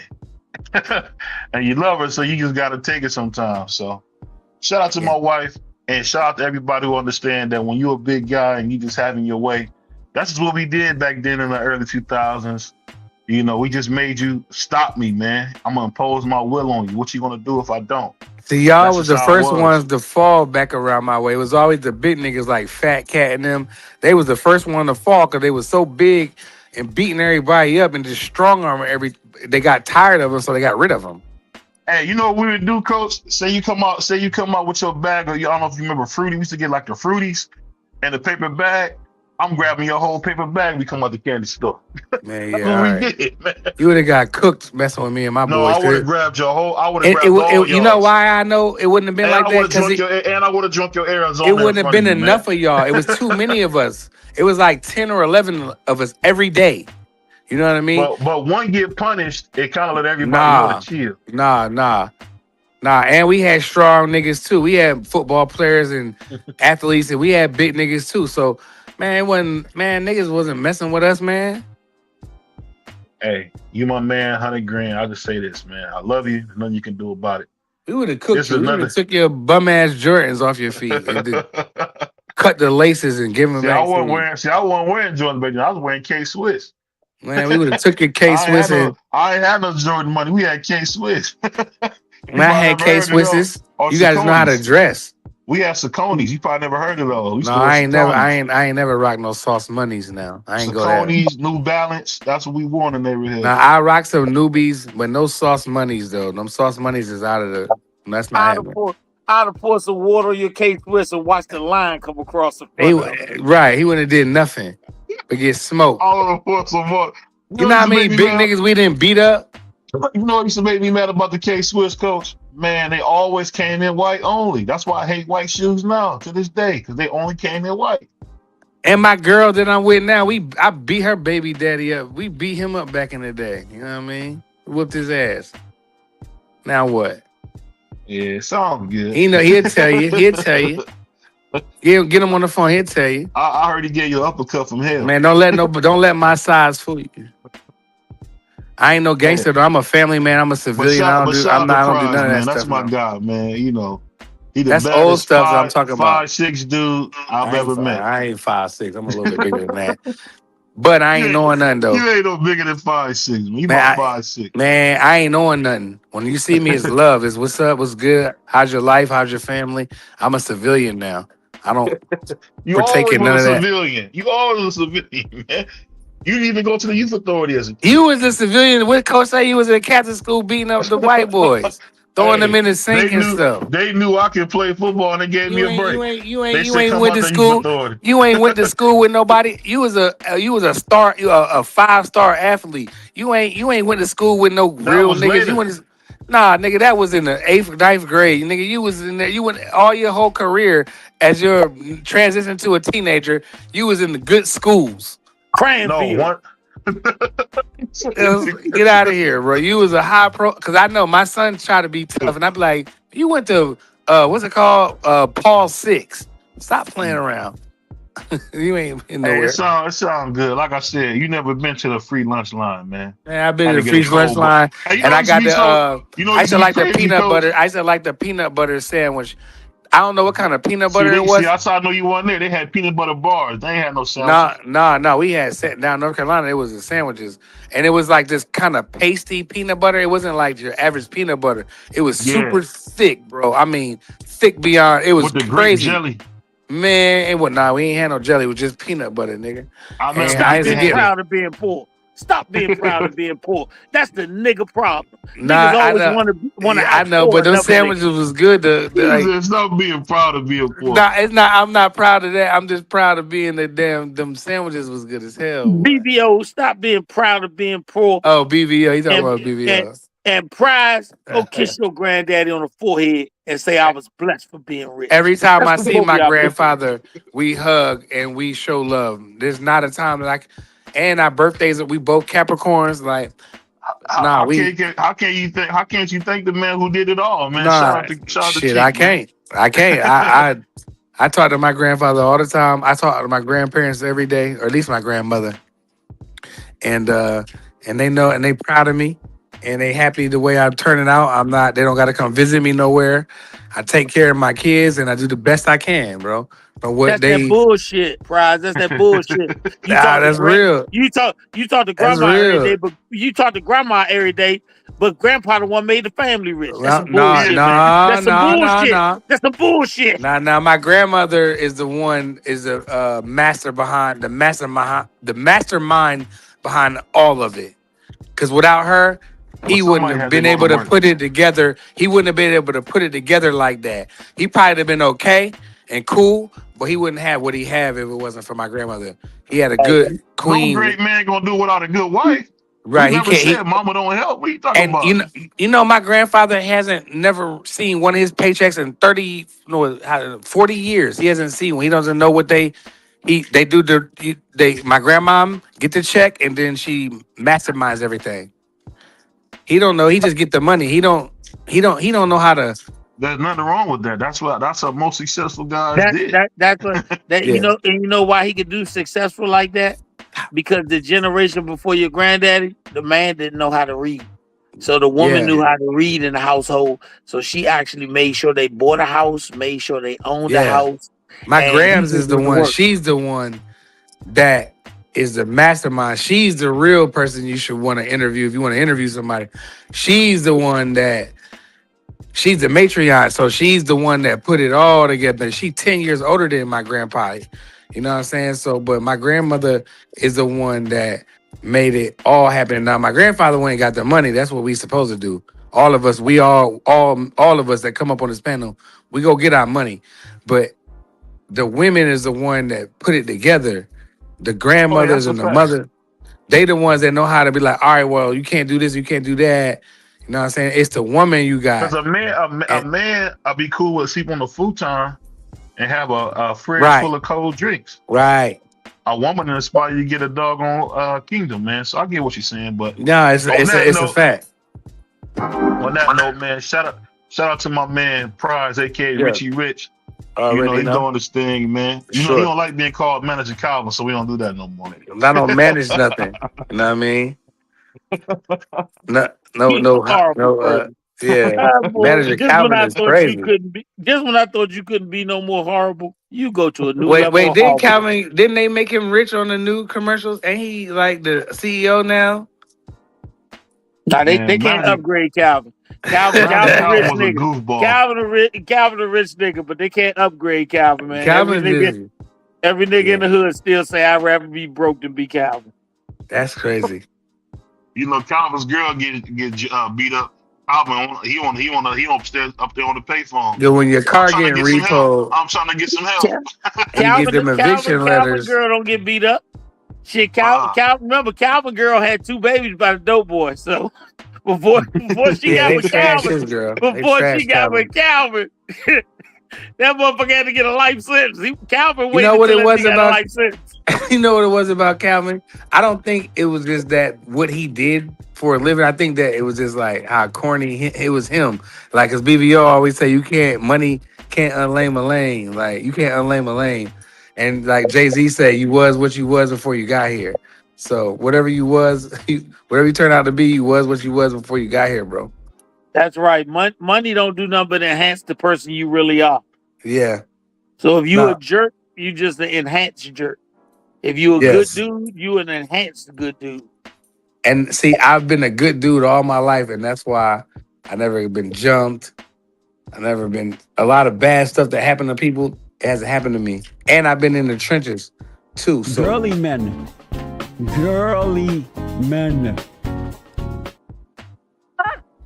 that's what BBO like, hanging around them girly men, them girly boys. Hey, baby, BBO, I bet not see you out with none of your coworkers and one of them dudes got a pocketbook. No. They one of them dudes that wear them pouches. What them Jones call them, little strap pouch shoulders? What a mess. That's the cross European bodies. man bag. Yeah. Hold You on. wearing It ain't registered. Listen, nigga, it still ain't registered. It ain't registering, man. Them European man bags y'all like to carry. I don't like them. No, that's that rich stuff, man, where they wear like Celine and all those pretty clothes. You know, I just wear stuff BBO, Young Jones you jealous for real. You jealous for real. 'Cause No. You know all the name. You know all the name of that shit. Yeah. If you was a little smaller and a little richer, you be dressing just See, like look, the I rest don't of be them knowing niggas. the names of it, Coach. If I like a shirt, I like the shirt. I learned it all from my man Prize, man. And then BVO be like, "Oh, you got on Celine." Then I got to go Google what my kind of shirt is. No, 'Cause I that just is like a the way lie. the That's a shirt lie. look. He told us what that stuff was, man, because he put some sloppy Joe mix on it one time. So, not my. I can't remember what it was, but on that BVO, he note, act like man, them shirts is like $5,000. Hey, we know you lying about that, BVO, because rich people don't eat sloppy jokes. Yeah, I don't do that. That's crazy. He sloppy Joe. Sloppy Joes, I don't know. Don't let BVO do that. Then my stomach might be. Nah, I like sloppy joes. The reason I don't eat them because they do me so greasy, bro. Even the ones with the good buttered bun, you put the butter on the bun and you make it real good. Man, and cook Prize it just real do good. this. Nigga, keep God in your life. Look, now come on, you put some onions in Hey, it. Brian, you had sloppy prime beef. You talking about them Nah, good rolls? I'm talking You about had them sloppy chicken. prime beef, No, Jack. I'm talking about the one out the can. You put you chop up some onions and put the onions in it, and Hey, then you get that real sloppy Joe. man, You just got the bread ends out that nah, motherfucker. this regular Out Wonder that Bread. sunbeam bread. You got the bread ends. Yeah, I'm telling you, I'm man. talking about That's the how they pop. regular Wonder Bread, dog, and then No, that he ain't having to sloppy have Joe. no Wonder And then you Bread. know You this.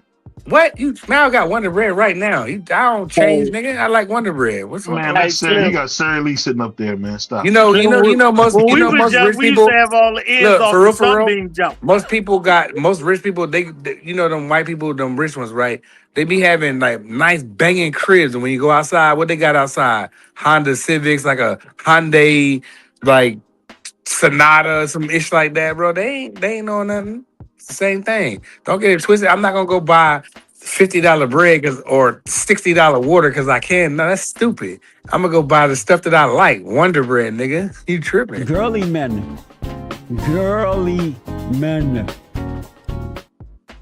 You tripping? I'm still looking for the 3 for $6 Red Bulls. You know, whatever. Oh, I forgot to show you this one, Coach. This is one with Uncle Glaze. My man, BBO Boxing, LLC. What's up, man? Salute to you, man. Salute to you, man. Sweet Uncle Glaze. But on that How much note, you man, pay for that? free, man. Get out of here. Shout out to Uncle Glaze, man. Shout out to Fort Greene, man. This brother crazy, man. That's what I say about And so Bernard. let me ask, what's wrong with the blacks? They hip to your game. They hip to your game. That's what's wrong. One day I want to interview Jesse Lee Peterson, man. Shout out to Jesse, man. One of my favorite, man. But we out of here, y'all. Peace. You know I'm a big Ohio nigga. A lot of niggas know me in Ohio and they love me in Ohio, man. Ladies and gentlemen, hailing from Cleveland, Ohio, I give you